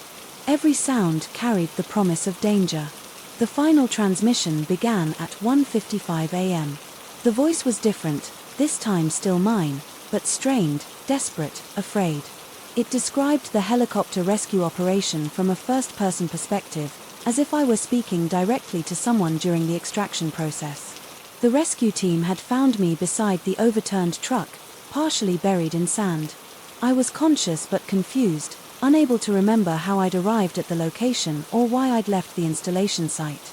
The transmission continued with increasing urgency, describing the helicopter's approach, the rescue crew's attempts to stabilize my condition, the preparation for medical evacuation. But then the voice began to crack, to shake with terror. I heard myself describing something approaching from the south, something that shouldn't be there, something that defied explanation. The transmission ended with static, then a scream, then silence. I sat beside the radio for several minutes after the final broadcast, my body trembling with a fear that went beyond rational thought. The desert around me had taken on a malevolent quality, as if the landscape itself was watching, waiting for me to fulfill my role in the predetermined sequence of events. The pattern was clear. Now the transmissions had been counting down to my own emergency, my own rescue, my own encounter with something that had terrified me so completely that my voice had broken with fear during the final broadcast, and according to the timeline, all of these events should have already occurred. I should already be lying injured in the desert, waiting for a rescue that would end in horror. But I was still here, still conscious, still able to act. The question was whether I could change what was apparently destiny, whether I could break the sequence of events that had been so precisely foretold through my own voice. I began to pack my equipment with deliberate haste. Every component went into its designated case, every tool into its proper slot. The work was methodical, automatic, a ritual that provided focus and purpose. While my mind grappled with the impossible situation, the truck started on the first try, its engine breaking the desert silence with a rumble of mechanical reliability. I loaded the equipment into the bed, secured everything with tie-down straps and climbed into the cab. The headlights carved twin cones of illumination through the darkness, revealing the dirt road that would take me back to the paved highway and safety. But as I put the truck in gear, I realized the fundamental flaw in my escape plan. The transmissions had described accidents throughout the night, accidents that would occur because emergency services were being diverted to search for me. If I simply left the area, those accidents would still happen. Real people would be injured or killed because of events set in motion by my presence in the desert. I couldn't escape the sequence. I could only change it. I turned off the engine and climbed out of the truck. The desert stretched endlessly in all directions. The radio continued to rest on my toolkit, its antenna pointing toward the star-filled sky. The tower rose into the darkness, its red warning lights blinking with mechanical regularity. I needed to create an event that hadn't been described in the transmissions, something unexpected, something that would break the pattern and prevent the cascade of accidents that were scheduled to unfold throughout the night. The solution came to me with sudden clarity. I would stage my own emergency, but not the one described in the final transmission. I would create a different emergency, one that would bring help to the correct location at the correct time, eliminating the need for the search and rescue operation that would divert emergency services from their normal routes. I activated the emergency beacon on my GPS unit, then used my cell phone to contact the emergency dispatch center. I reported a telecommunications technician in distress at my current coordinates, requesting immediate medical assistance for what I described as a possible heart attack.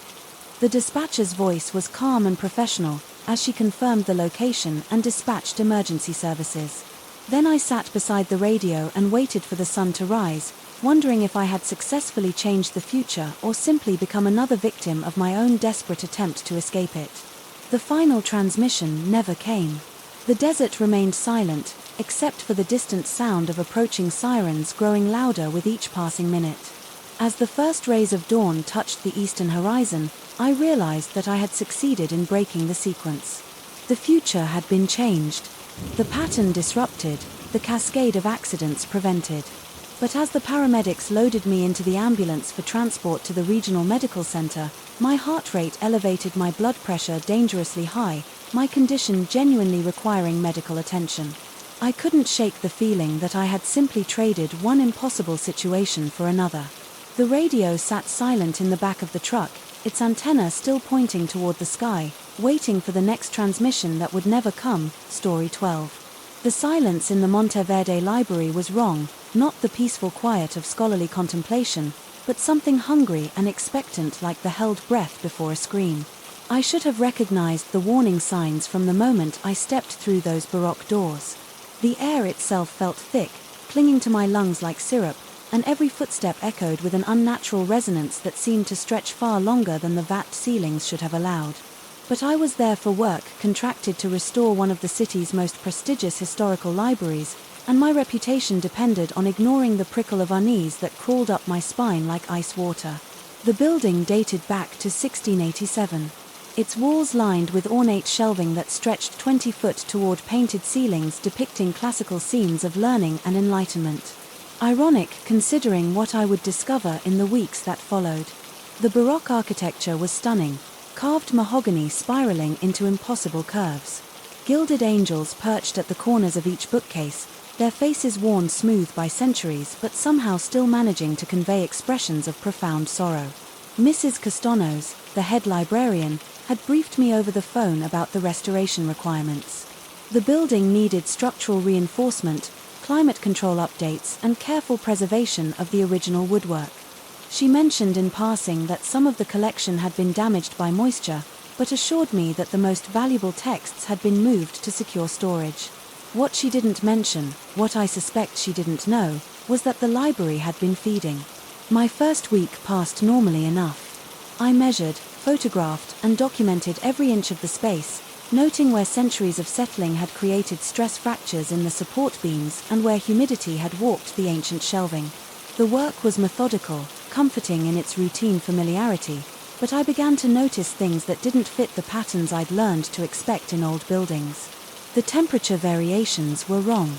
Certain sections of the library maintained different climates entirely. Summer loves felt tropical, despite the building's consistent heating system, while others carried a chill that seemed to seep from the walls themselves. My breath misted in a reading nook beneath a stained glass window depicting Aristotle, while sweat beaded on my forehead in the poetry section, just 20 feet away. More disturbing were the sounds. Old buildings settle, creak and whisper as temperature changes cause materials to expand and contract. I knew these sounds intimately from decades of restoration work, but the Monteverde Library produced noises that defied explanation, a rhythmic scratching that seemed to come from within the walls, like fingernails dragging across wood grain, and occasional sighs that were too human, too deliberate to be wind through the ventilation system. By the second week I'd grown accustomed to these oddities enough to work through them, though my sleep had become restless and fragmented. I would wake at 3 o'clock in the morning with the taste of old parchment on my tongue and the sensation that someone had been calling my name from a great distance.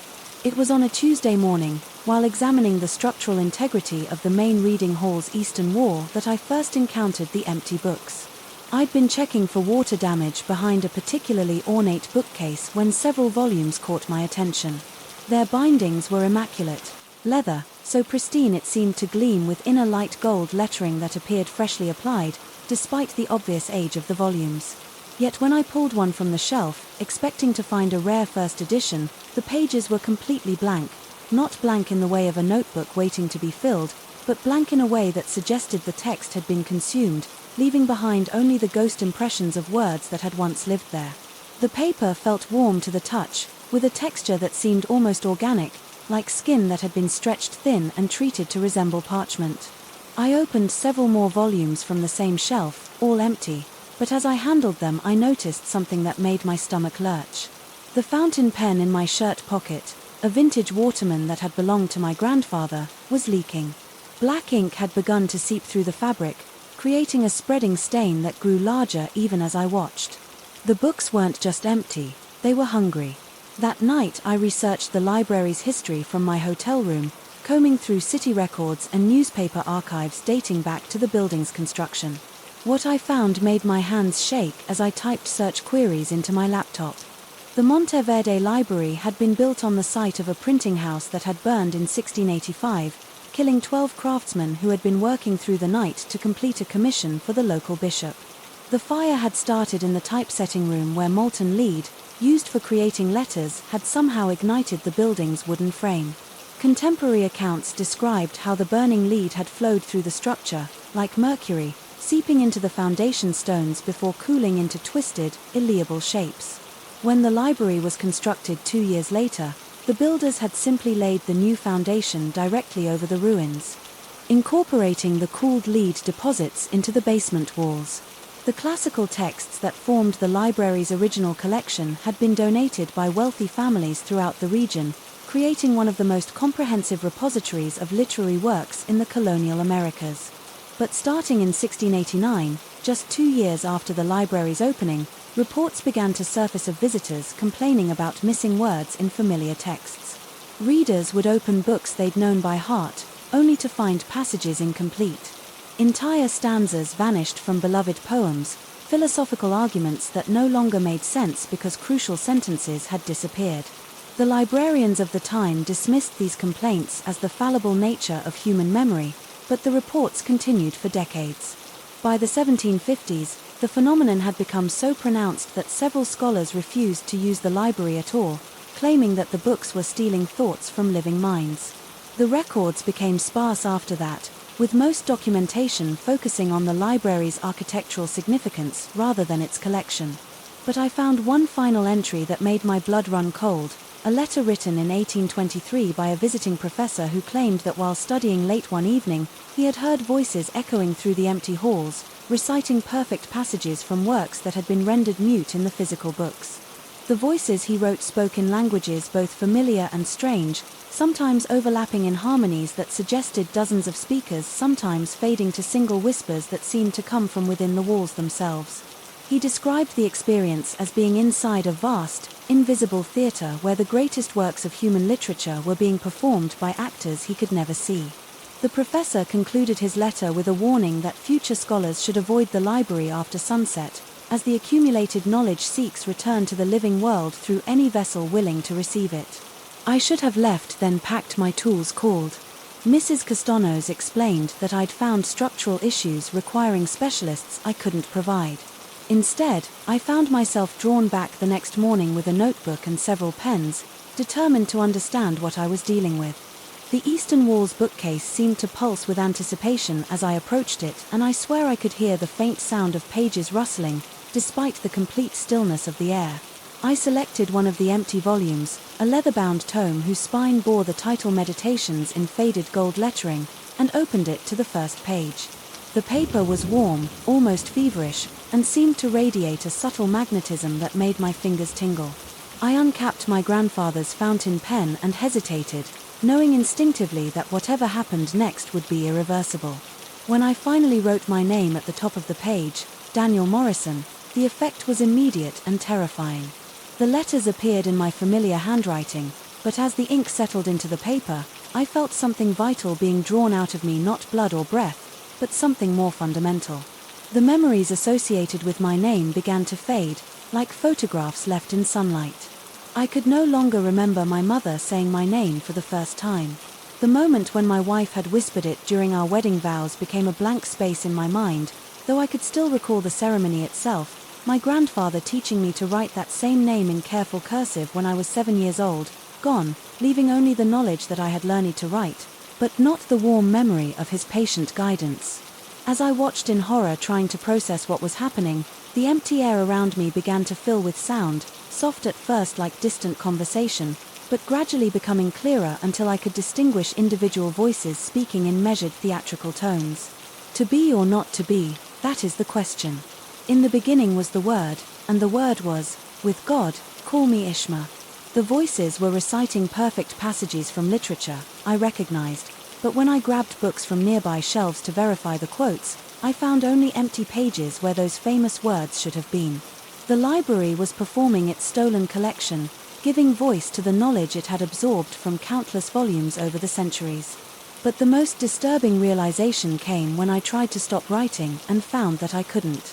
My hand continued moving across the page, driven by a compulsion that bypassed my conscious will. The pen traced the letters of my surname with mechanical precision, while more memories dissolved. My first day of school, where a teacher had called my name from a roster.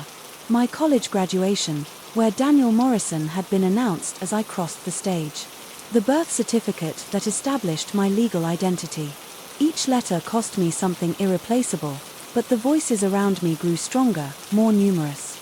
I began to hear conversations in languages I didn't recognize, poetry and meters that seemed to bypass rational thought and speak directly to something deeper in my consciousness.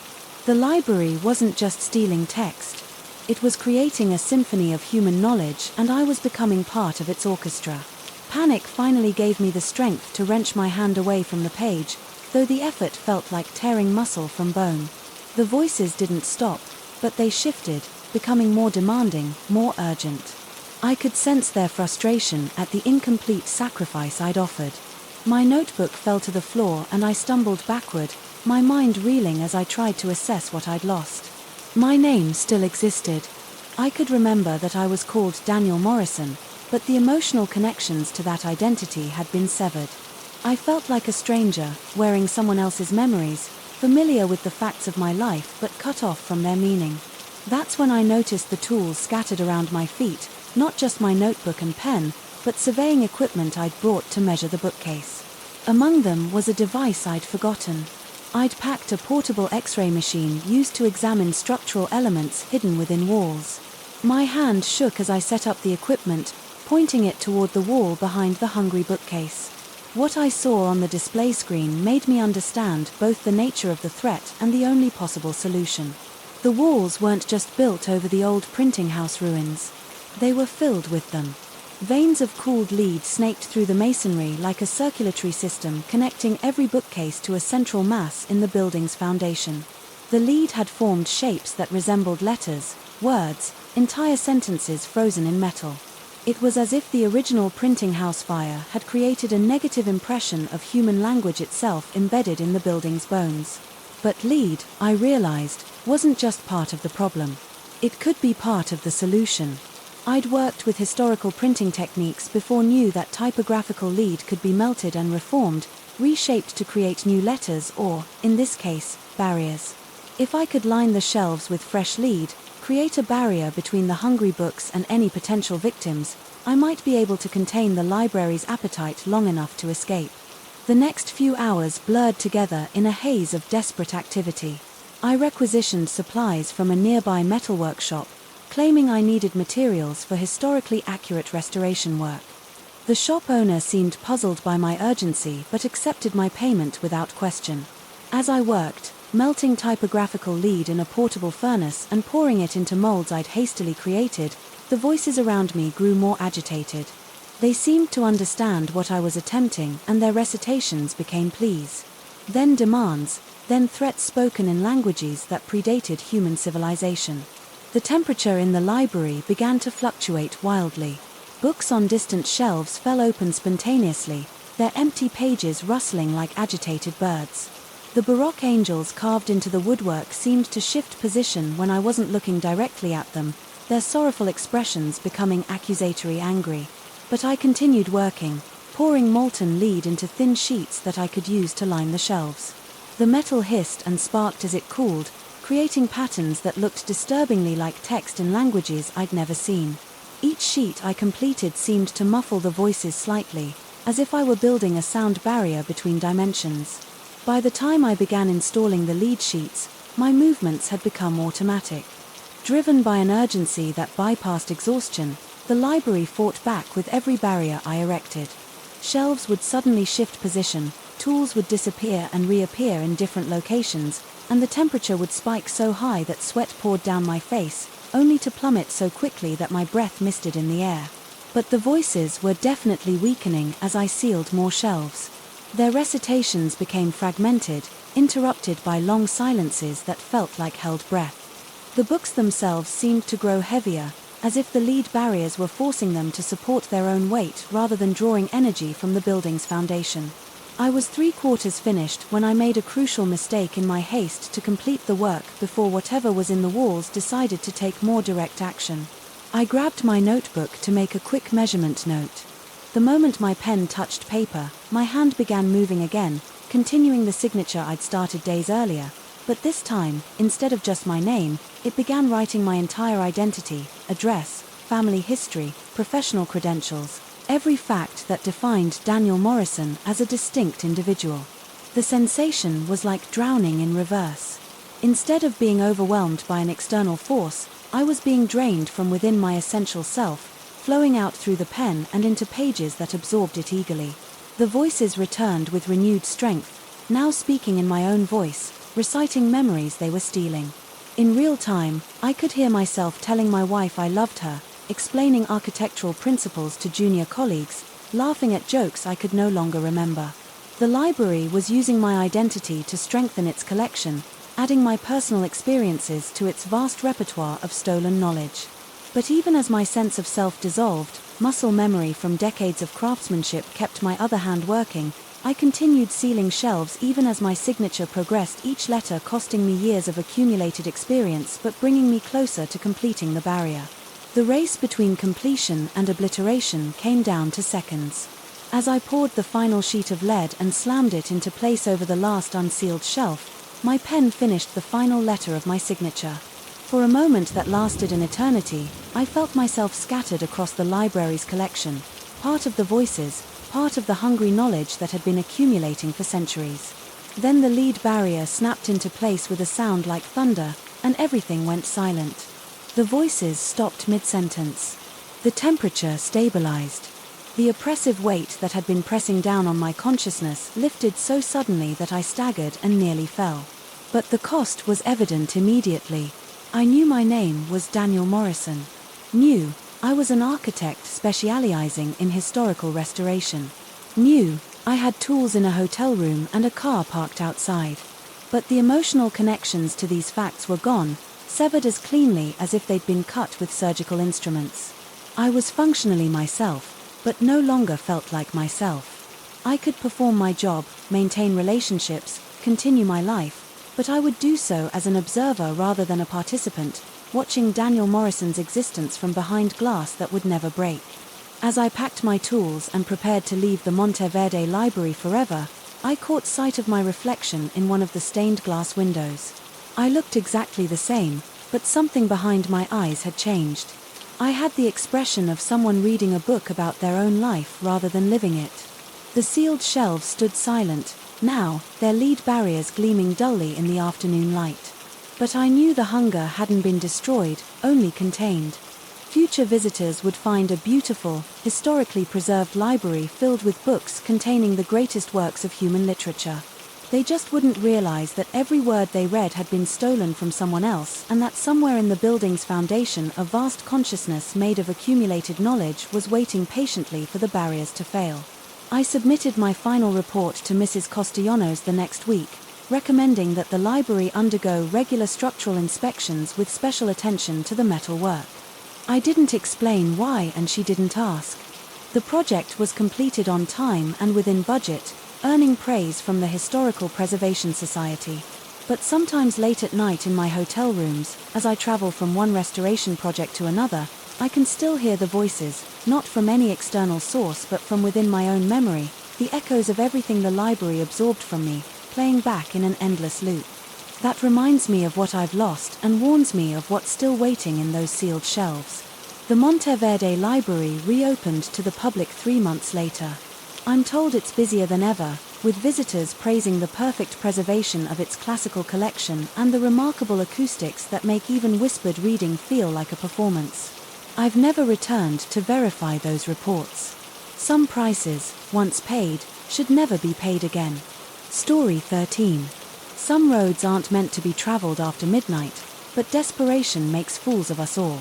The GPS showed a rural shortcut that would shave 20 minutes off my route. 20 minutes that meant the difference between a decent, fair, and another unprofitable night driving for the app. I should have trusted my instincts when the asphalt gave way to cracked concrete, when the streetlights disappeared behind me like dying stars, when the only illumination came from my headlights cutting through darkness, so complete it seemed to swallow sound itself. The radio had been crackling with static for the past 10 minutes, fragments of distant conversations bleeding through the white noise like voices from another dimension. I reached over to switch it off, my sweaty palm slipping on the dial as a chill ran down my spine, despite the humid summer air. The sudden silence felt worse than the static oppressive, expectant as if the night itself was holding its breath. My hands gripped the steering wheel tighter as I navigated the winding 2-lane road. The trees pressed in from both sides, their branches forming a canopy so thick that even the moon's pale light couldn't penetrate. My headlights revealed only what lay directly ahead, weathered pavement, the occasional roadkill and the endless yellow line that seemed to hypnotize me as it scrolled beneath my car. That's when I saw it. A crosswalk materialized in my headlights like something conjured from a fever dream. The white striped lines glowed with an unnatural luminescence, pulsing slowly like a heartbeat made visible. But there were no streetlights here, no power lines, no reason for anything to glow in this godforsaken stretch of nowhere. My foot instinctively moved toward the brake, but something made me hesitate, a primal fear that stopping here would be worse than whatever lay ahead. The pulsing grew brighter as I approached, and I could see that the lines weren't painted on the asphalt but seemed to emanate from within it, as if the road itself had developed some bioluminescent infection.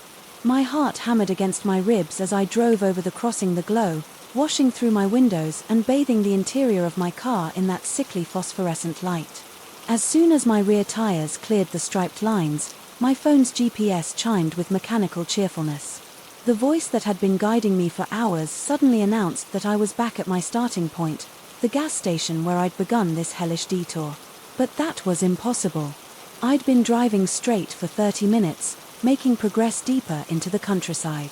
With every mile I glanced at the screen with mounting dread. The blue dot representing my location sat squarely on the gas station as if I'd never left. But my fuel gauge told a different story. I'd burned through nearly a quarter tank of gas and my odometer showed the additional miles I'd traveled. The contradiction made my head spin. Reality, tilting like a broken gyroscope. My mouth went dry as I considered the possibilities: GPS malfunction, some kind of electromagnetic interference. But deep in my gut I knew this wasn't a technical glitch. This was something else entirely, something that defied the rational world. I thought I understood. I pressed harder on the accelerator, desperate to put distance between myself and that impossible crossing. The engine responded with a reassuring growl and I watched the speedometer climb past 50, then 60. The trees blurred past in my peripheral vision, creating the illusion of rapid movement. But when I looked at the GPS, My position remained fixed at that distant gas station. Minutes crawled by like hours. My hands began to shake fine tremors that I couldn't control. Despite gripping the wheel until my knuckles went white, sweat beaded on my forehead and ran down my temples, stinging my eyes with salt. The air in the car felt thick and stifling, as if I were breathing through wet cloth. Then I saw the crossing again. It appeared in my headlights exactly as before, the same impossible glow pulsing from within the asphalt. But this time I noticed something that made my blood turn to ice water in my veins. There were shapes in the luminescent stripes, footprints that seemed to form and fade like impressions in wet sand. As I watched, in horrified fascination, new prints appeared one after another, as if someone was walking slowly across the road in front of me. But there was no one there. The prints faced my direction, as if whatever was making them was waiting for me to arrive. They appeared in a deliberate pattern: left foot, right foot, left foot, right foot, each impression glowing brighter than the crosswalk itself. When they reached the center of the road, they stopped and I could feel something watching me through my windshield with an intensity that made my skin crawl. This time I hit the brakes hard, my tires squealing against the asphalt. As I skidded to a stop just short of the crossing, my chest heaved as I gasped for air that suddenly felt too thin to sustain life. Every instinct screamed at me, to reverse, to flee, to get as far from this place as possible. But when I shifted into reverse and pressed the accelerator, nothing happened. The engine revved, but the car didn't move backward. It was as if I was held in place by invisible chains. With growing panic, I shifted back to drive and crept forward over the crossing once more. The glow intensified as my tires rolled over each luminescent stripe, and I could swear I felt something brush against the undercarriage of my car, fingers or tentacles trailing along the metal like a gentle caress. The GPS chimed again. Starting point: quarter tank of fuel became less than an eighth. The digital clock on my dashboard showed I'd been driving for over an hour, but according to every other instrument, I hadn't moved at all. I tried calling for help, but my phone showed no signal. The screen flickered and went dark, then lit up again, showing impossible images: roads that folded in on themselves, maps that shifted and changed when I wasn't looking directly at them, route calculations that showed negative distances and infinite travel times. The third time I approached the crossing, the footprints were moving. They appeared faster now, heel to toe in rapid succession, creating a pathway that led from one side of the road to the other and back again, as if something was pacing, frantically waiting for me to stop. When I didn't, the prints began to appear alongside my car, matching my speed exactly, an invisible companion keeping pace with me in the darkness. My vision began to blur with exhaustion and terror. How many times had I passed this same point? 10, 20. Time had lost all meaning. In this nightmare loop, the fuel gauge needle hovered near empty, and I realized with growing desperation that I would eventually run out of gas here, stranded at this impossible crossing, with whatever entity was creating those glowing footprints. On what might have been the 15th repetition, I finally understood. The prints weren't random. They were a message, an instruction. They showed someone getting out of a car, walking across the road and waiting on the other side. The pattern was clear now that terror had sharpened my perception to a razor's edge. It wanted me to get out. My hands trembled violently as I brought the car to a stop before the crossing. The footprints immediately ceased their restless pacing and arranged themselves in a neat line leading from my driver's door to the center of the road. There they waited, glowing with patient malevolence. Every fiber of my being rebelled against the idea of leaving the relative safety of my car. But the fuel gauge showed less than fumes remaining, and I was trapped in an endless cycle that would continue until my engine died and left me helpless in the darkness. Whatever was waiting for me at this crossing, I had to face it on its terms or waste away. Here, in this liminal space between destinations, I turned off the engine with fingers that barely obeyed my commands. The sudden silence was deafening, broken only by the sound of my ragged breathing and the wild hammering of my heart. The glow from the crossing provided the only light, now casting everything in that sickly phosphorescent hue that made my skin look corpse pale in the rear-view mirror. The door handle felt ice cold beneath my palm. As I opened it and stepped out onto the asphalt, the night air hit me like a physical blow, carrying scents that had no place in the natural world: ozone and copper and something else, something organic and wrong that made my stomach churn with revulsion. My legs nearly buckled as I took my first step toward the crossing. The glowing footprints shifted and rearranged themselves, forming a perfect path for me to follow. Each print felt warm beneath my feet, as if something with body heat had just stepped there moments before the sensation sent waves of nausea through my system. But I forced myself to continue. As I reached the center of the crossing, the world changed. The darkness around me deepened to an absolute black that seemed to have physical weight. The trees vanished, the road vanished, everything vanished, except for the glowing stripes beneath my feet in my car, which now sat empty and somehow different. The headlights were off, but I could see it clearly in the phosphorescent glow, and what I saw made my sanity teeter. On the edge of collapse, there was someone in the driver's seat, not someone, something, a shadow in the shape of a person, visible only as an absence of light even darker than the surrounding void.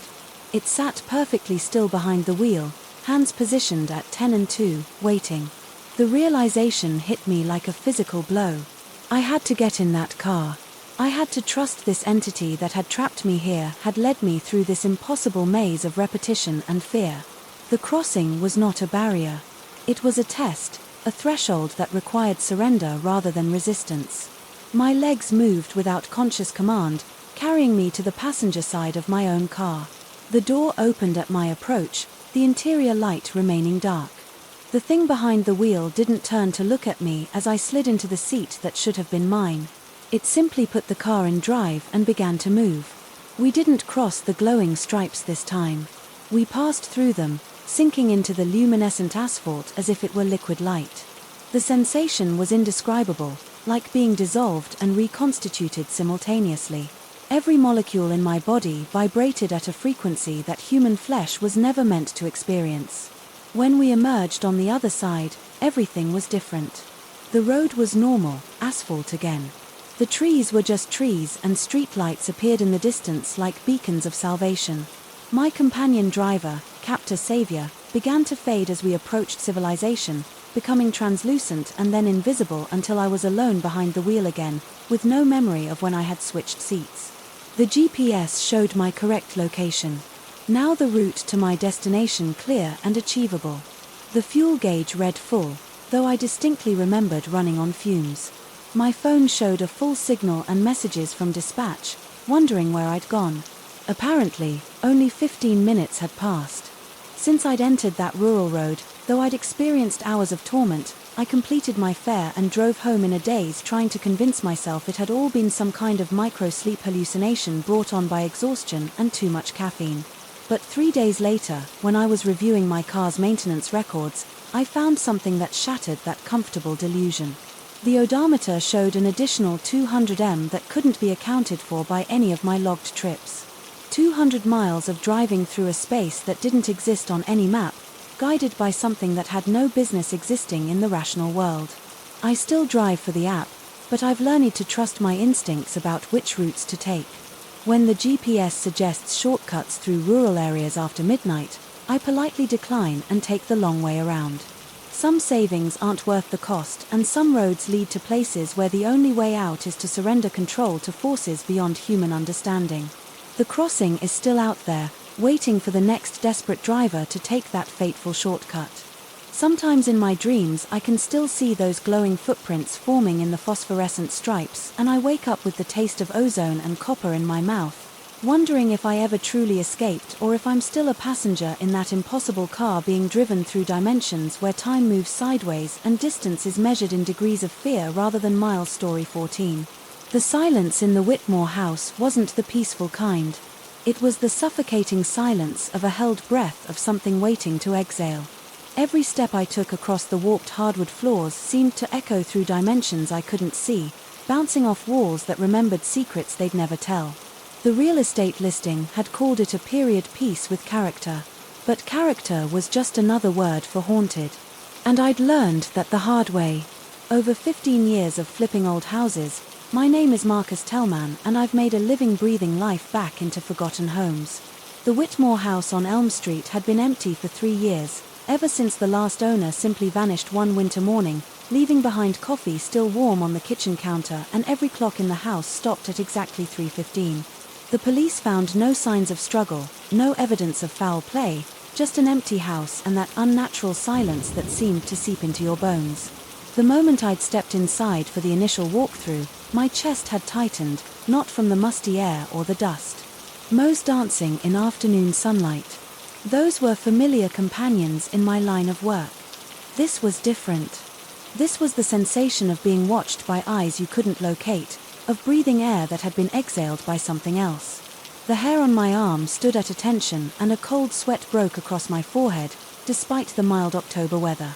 I'd attributed it to nerves, bad sales, quarter-mounting bills, and this house represented my last shot at staying afloat.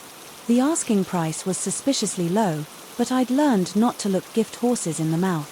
Sometimes people just needed to get rid of properties quickly. Sometimes they had their reasons. The first week of renovations had gone smoothly enough. I'd started with the ground floor, stripping wallpaper and replacing fixtures, trying to ignore the way shadows seemed to move in my peripheral vision.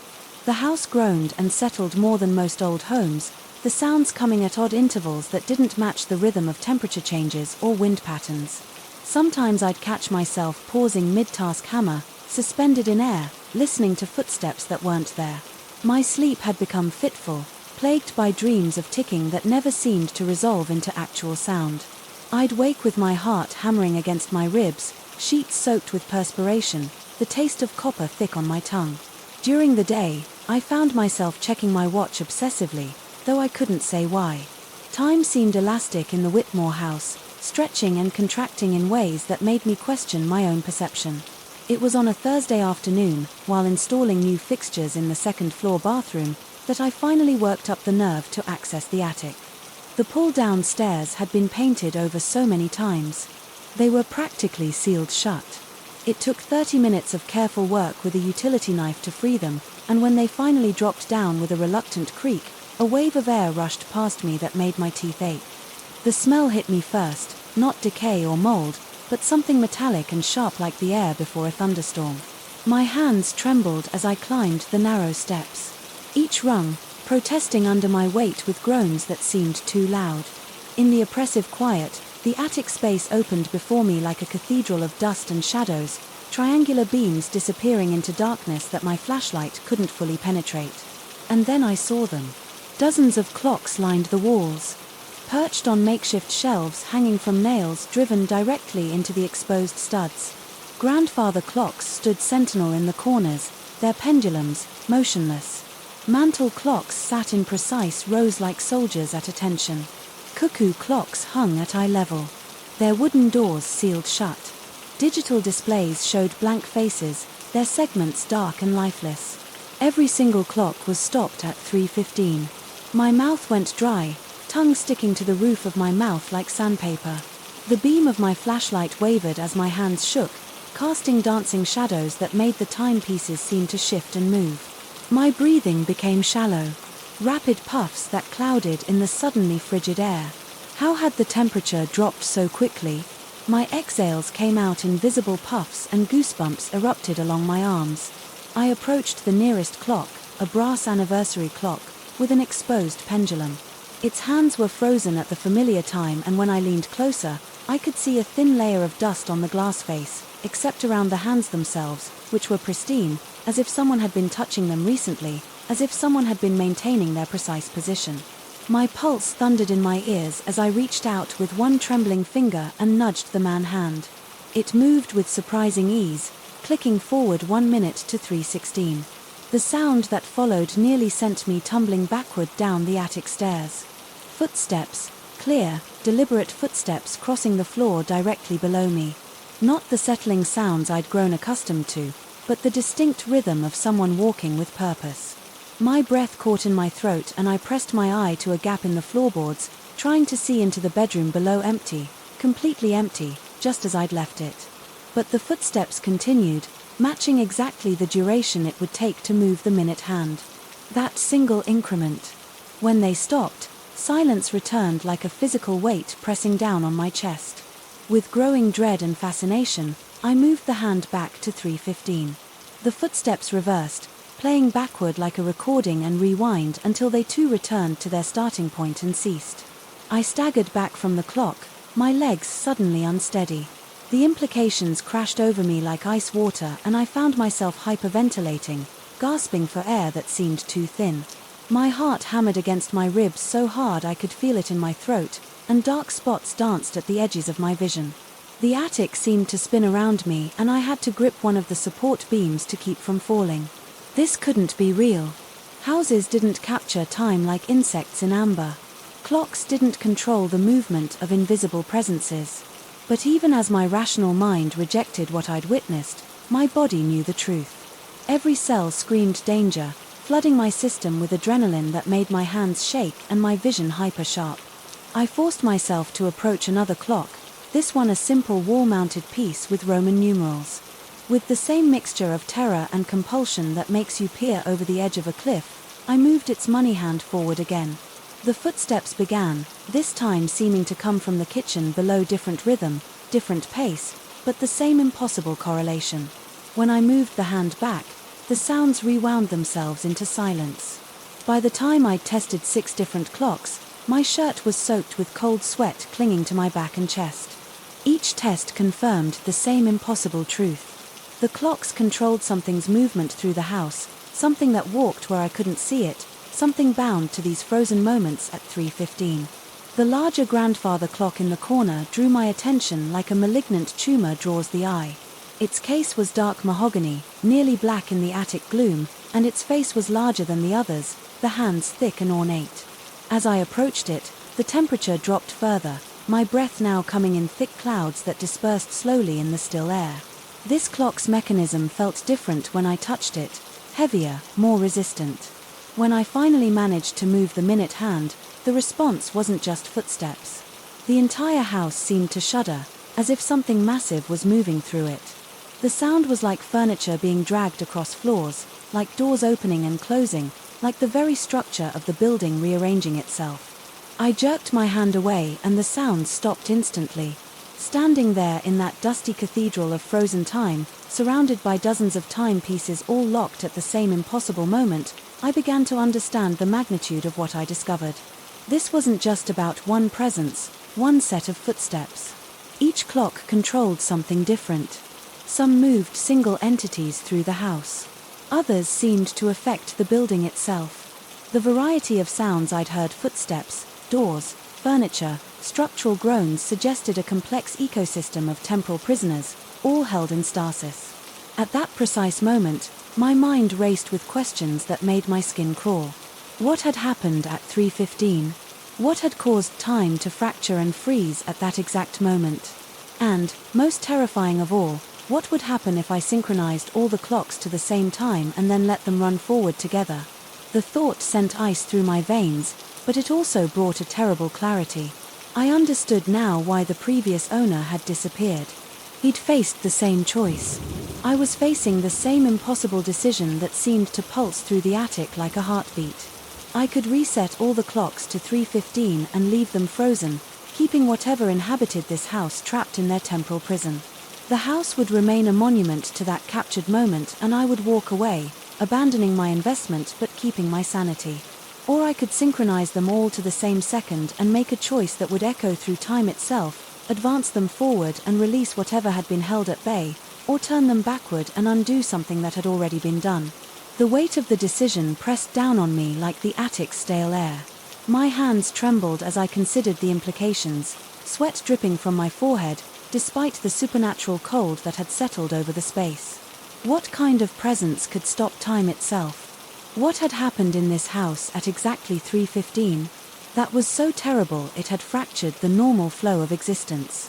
As I stood there in the gathering dusk, surrounded by the instruments of frozen time, I realized that some renovations changed more than just the appearance of a house. Some repairs required you to decide not just what had been but what would be. The clocks waited in their perfect silence, patient as death itself, for me to make a choice that would determine whether time would move forward, backward, or remain frozen forever. In that terrible moment of 3:15, my hands moved toward the nearest clock, decision crystallizing in my mind like frost on glass. Whatever inhabited this house, whatever moment of horror or transformation had been captured here, it was time to find out if some things were better left undisturbed. The minute hand felt warm under my trembling finger as I began to turn it, knowing that with this movement I would either free something that had been imprisoned or imprison myself alongside whatever ghosts called this house home. Time, I had learned, was not as immutable as I'd always believed, and some houses held more than just memories in their walls. Story 15. The steel skeleton of the unfinished destroyer stretched into the October night like the rib cage of some prehistoric beast, its naked frame casting jagged shadows across the empty shipyard. 23 years I'd been walking these night rounds, and I'd never seen metal that seemed to breathe. But tonight was different. Tonight the ship waited. I clicked on my flashlight and stepped through the gap where the hull door would eventually hang. The beam cut through darkness, thick as oil, illuminating welding equipment scattered across the deck plates like surgical instruments. Abandoned mid-operation, my footsteps echoed with a hollow ring that seemed to travel further than physics should allow, bouncing off invisible walls in the blackness above. The work order crumpled in my back pocket listed routine inspections, check for tool theft, verify security locks, document any structural concerns. Standard procedure from Kinnan Naval Yards. What it didn't mention was the way my skin crawled, the I'd entered the ship, or how every breath tasted of copper and salt water. Despite us being 3 miles inland, my heart hammered against my ribs as I moved deeper into the vessel. The temperature had dropped at least 10 degrees since I'd climbed aboard, and my breath came out in visible puffs that seemed to linger too long before dissipating.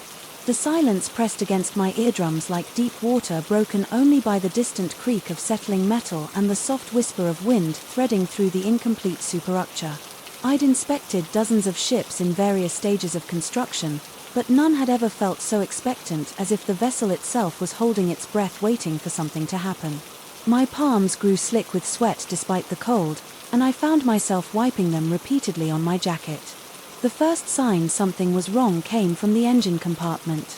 As I descended the temporary ladder into what would become the ship's heart, my flashlight beam caught something that made my stomach clench. Fresh welding marks scarred the bulkhead, their edges still dark. With recent work, the metal showed no signs of cooling, still radiating heat that I could feel against my face from 3 feet away. But according to my clipboard, no work had been scheduled on this section for another 2 weeks. I approached the welds with growing unease, my breathing shallow and rapid. The bead patterns were perfect, too perfect, smoother than anything our best welders could produce. They formed intricate geometric designs that seemed to shift and flow when I wasn't looking directly at them, like optical illusions made of hardened steel. My mouth went dry as dust. I tried to tell myself that someone had simply worked late, failed to update the schedule, but the explanation felt hollow, inadequate. The craftsmanship was beyond human capability, and the metal was still warm hours after any legitimate crew would have gone home. That's when I heard the first sound. A low hiss echoed from somewhere deeper in the ship, like steam escaping under pressure. But the boilers weren't installed yet, wouldn't be for months. I froze, straining my ears, and the sound came again, longer, this time almost like a sigh. My hands trembled as I gripped the flashlight tighter. The beam wavered, casting dancing shadows that seemed to move independently of the light. I forced myself to continue the inspection, each step requiring conscious effort, as my body screamed at me to run. The cargo hold lay 1 level down, accessible through a narrow hatch that gaped like a mouth in the deck plating. As I approached, something that looked like smoke began seeping up through the opening. But it wasn't smoke too thick, too deliberate in its movement. It rose in slow, purposeful tendrils that reminded me uncomfortably of reaching fingers. Fog dense, as London's worst. It poured from the hold with unnatural consistency. The temperature dropped another 10 degrees as it touched my ankles, and I could taste brine on my tongue, as if the ocean itself had somehow found its way into the ship's bowels. I should have left then, should have radioed security, marked it as a safety hazard, and gotten the hell off that floating coffin. Instead, I found myself drawn toward the hatch, my legs moving without conscious direction. The fog rose higher, reaching my waist, then my chest, carrying with it the phantom smell of diesel fuel and human sweat. And that's when I saw them. Silhouettes moved within the mist, human-shaped but somehow wrong. They walked with the rolling gait of experienced sailors, their forms solid enough to displace the fog but translucent as jellyfish. I counted at least 6 figures, maybe more, going about tasks I couldn't identify. They moved with purpose, following routines that existed only in their ghostly minds. One passed close enough that I could make out details that sent ice water through my veins. He wore the dungarees and pica coat of a World War II sailor. His face weathered and grim, with an expression of infinite exhaustion. But where his eyes should have been empty, sockets stared through me as if looking towards some distant horizon. I couldn't see. My breathing came in short, sharp gasps. Every instinct screamed at me to run, but my legs had turned to lead. The fog continued rising, now reaching my shoulders. And within it more figures emerged, a petty officer with chevrons that seemed to burn with their own light. A young seaman whose mouth opened and closed as if shouting orders. I couldn't hear. They were working. I could see that now their movements coordinated, as if following familiar patterns, but working on what? The ship was barely half finished its systems, nothing more than blueprints and wishful thinking. Then I noticed the tools scattered across the whole floor. Wrenches and welding torches had begun moving on their own, not dramatically small, subtle shifts that would have been easy to miss if I hadn't been watching so intently. A socket wrench rolled 3 inches to the left. A cutting torch rotated slowly on its mounting. My pulse thundered in my ears as the fog reached my neck. The ghostly figures continued their work, and now I could see what they were building. New bulkheads rose from the deck, plates constructed from metal that gleamed like silver in the darkness. Pipes snaked overhead, connecting to systems that didn't exist on any schematic I'd ever seen. This wasn't construction, it was completion. The spectral crew was finishing their ship, the vessel they died for, the home they'd never had a chance to see launched. I tried to step backward to retreat from the rising mist, but something had changed. The fog wasn't just around me anymore, it was in me. With each breath I drew in more of their essence, more of their desperate need to finish what they'd started. The tools began moving faster. Now, drawn by invisible hands toward their designated tasks, a rivet gun fired in steady bursts, though no one held it. Sparks from welding torches illuminated faces that shouldn't exist, revealing expressions of intense concentration mixed with profound sadness. And then I felt a sharp pain in my left forearm, like someone had jabbed me with a hot needle. I looked down and nearly screamed. A rivet head protruded from my skin, silver, bright and still warm. Even as I watched, another appeared on my wrist. Then my shoulder. The ship was claiming me. I could feel the metal growing beneath my skin, spreading like infection through my bloodstream. Each new rivet that appeared brought with it a flash of memory that wasn't mine, images of men working in impossible conditions, driven by duty and desperation to complete their vessel before enemy bombs found the shipyard. They died in the attack, consumed by their own creation as it burned around them. But their work wasn't finished. It would never be finished. Until every rivet was placed, every weld completed, every system brought online, and they needed me to help them. The fog had risen above my head now, and I could barely see my own hands. Through the thick grey-green mist, the ghostly figures moved closer.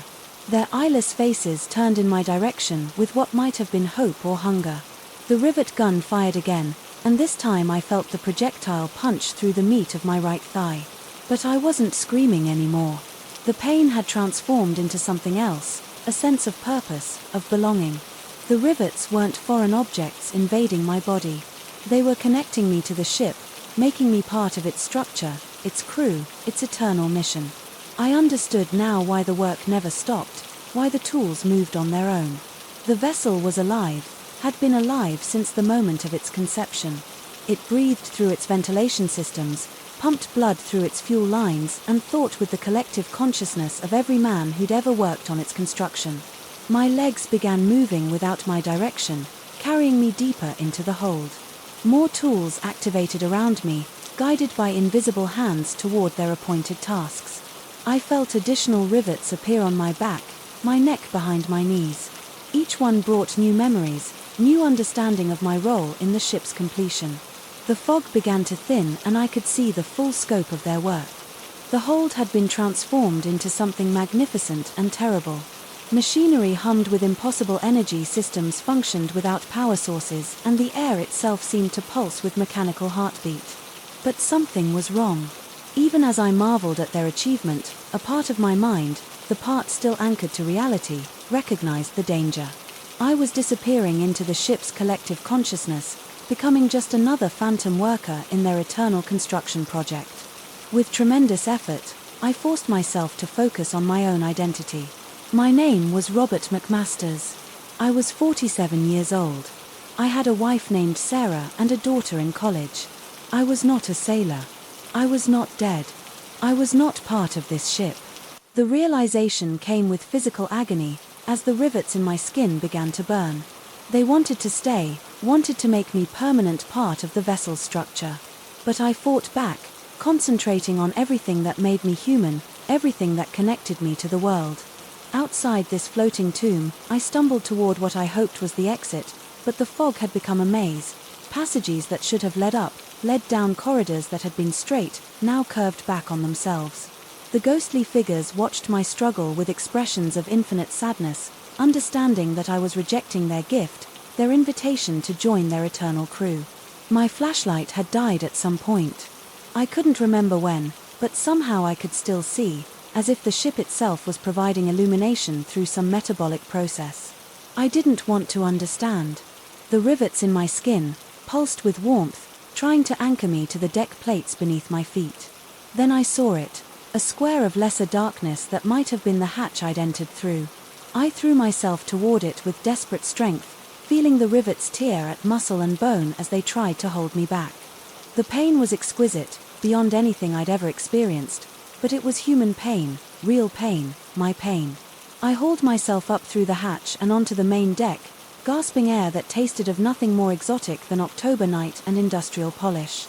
Behind me, the fog began to dissipate, withdrawing into the depths of the ship like tide pulling away from shore. The phantom workers faded with it, their forms becoming translucent, then invisible, but not gone, never gone. I could feel them watching, waiting, hoping that someday I might return to help them complete their eternal task. I ran then, stumbling across the deck plates and through the gap in the hull. My legs carried me across the shipyard and into my security office, where I sat shaking under fluorescent lights that seemed impossibly bright after the ship's supernatural gloom. When I finally found the courage to examine my arms under the harsh lighting, the rivets were gone. No scars, no marks, nothing to prove what I'd experienced, except the phantom ache where metal had tried to take root in my flesh. I wrote my report that night, documenting a routine inspection with no unusual findings. The next morning I submitted my resignation, claiming health concerns that weren't entirely untrue. But sometimes, on foggy nights, when the wind comes from the direction of the shipyard, I can still feel those rivets trying to push through my skin. And I know that somewhere out there, in the half-finished skeleton of that destroyer, the Phantom crew continues their work. They're still building their ship, still hoping for completion, still waiting for someone to help them come home. Hey friends, thanks for listening.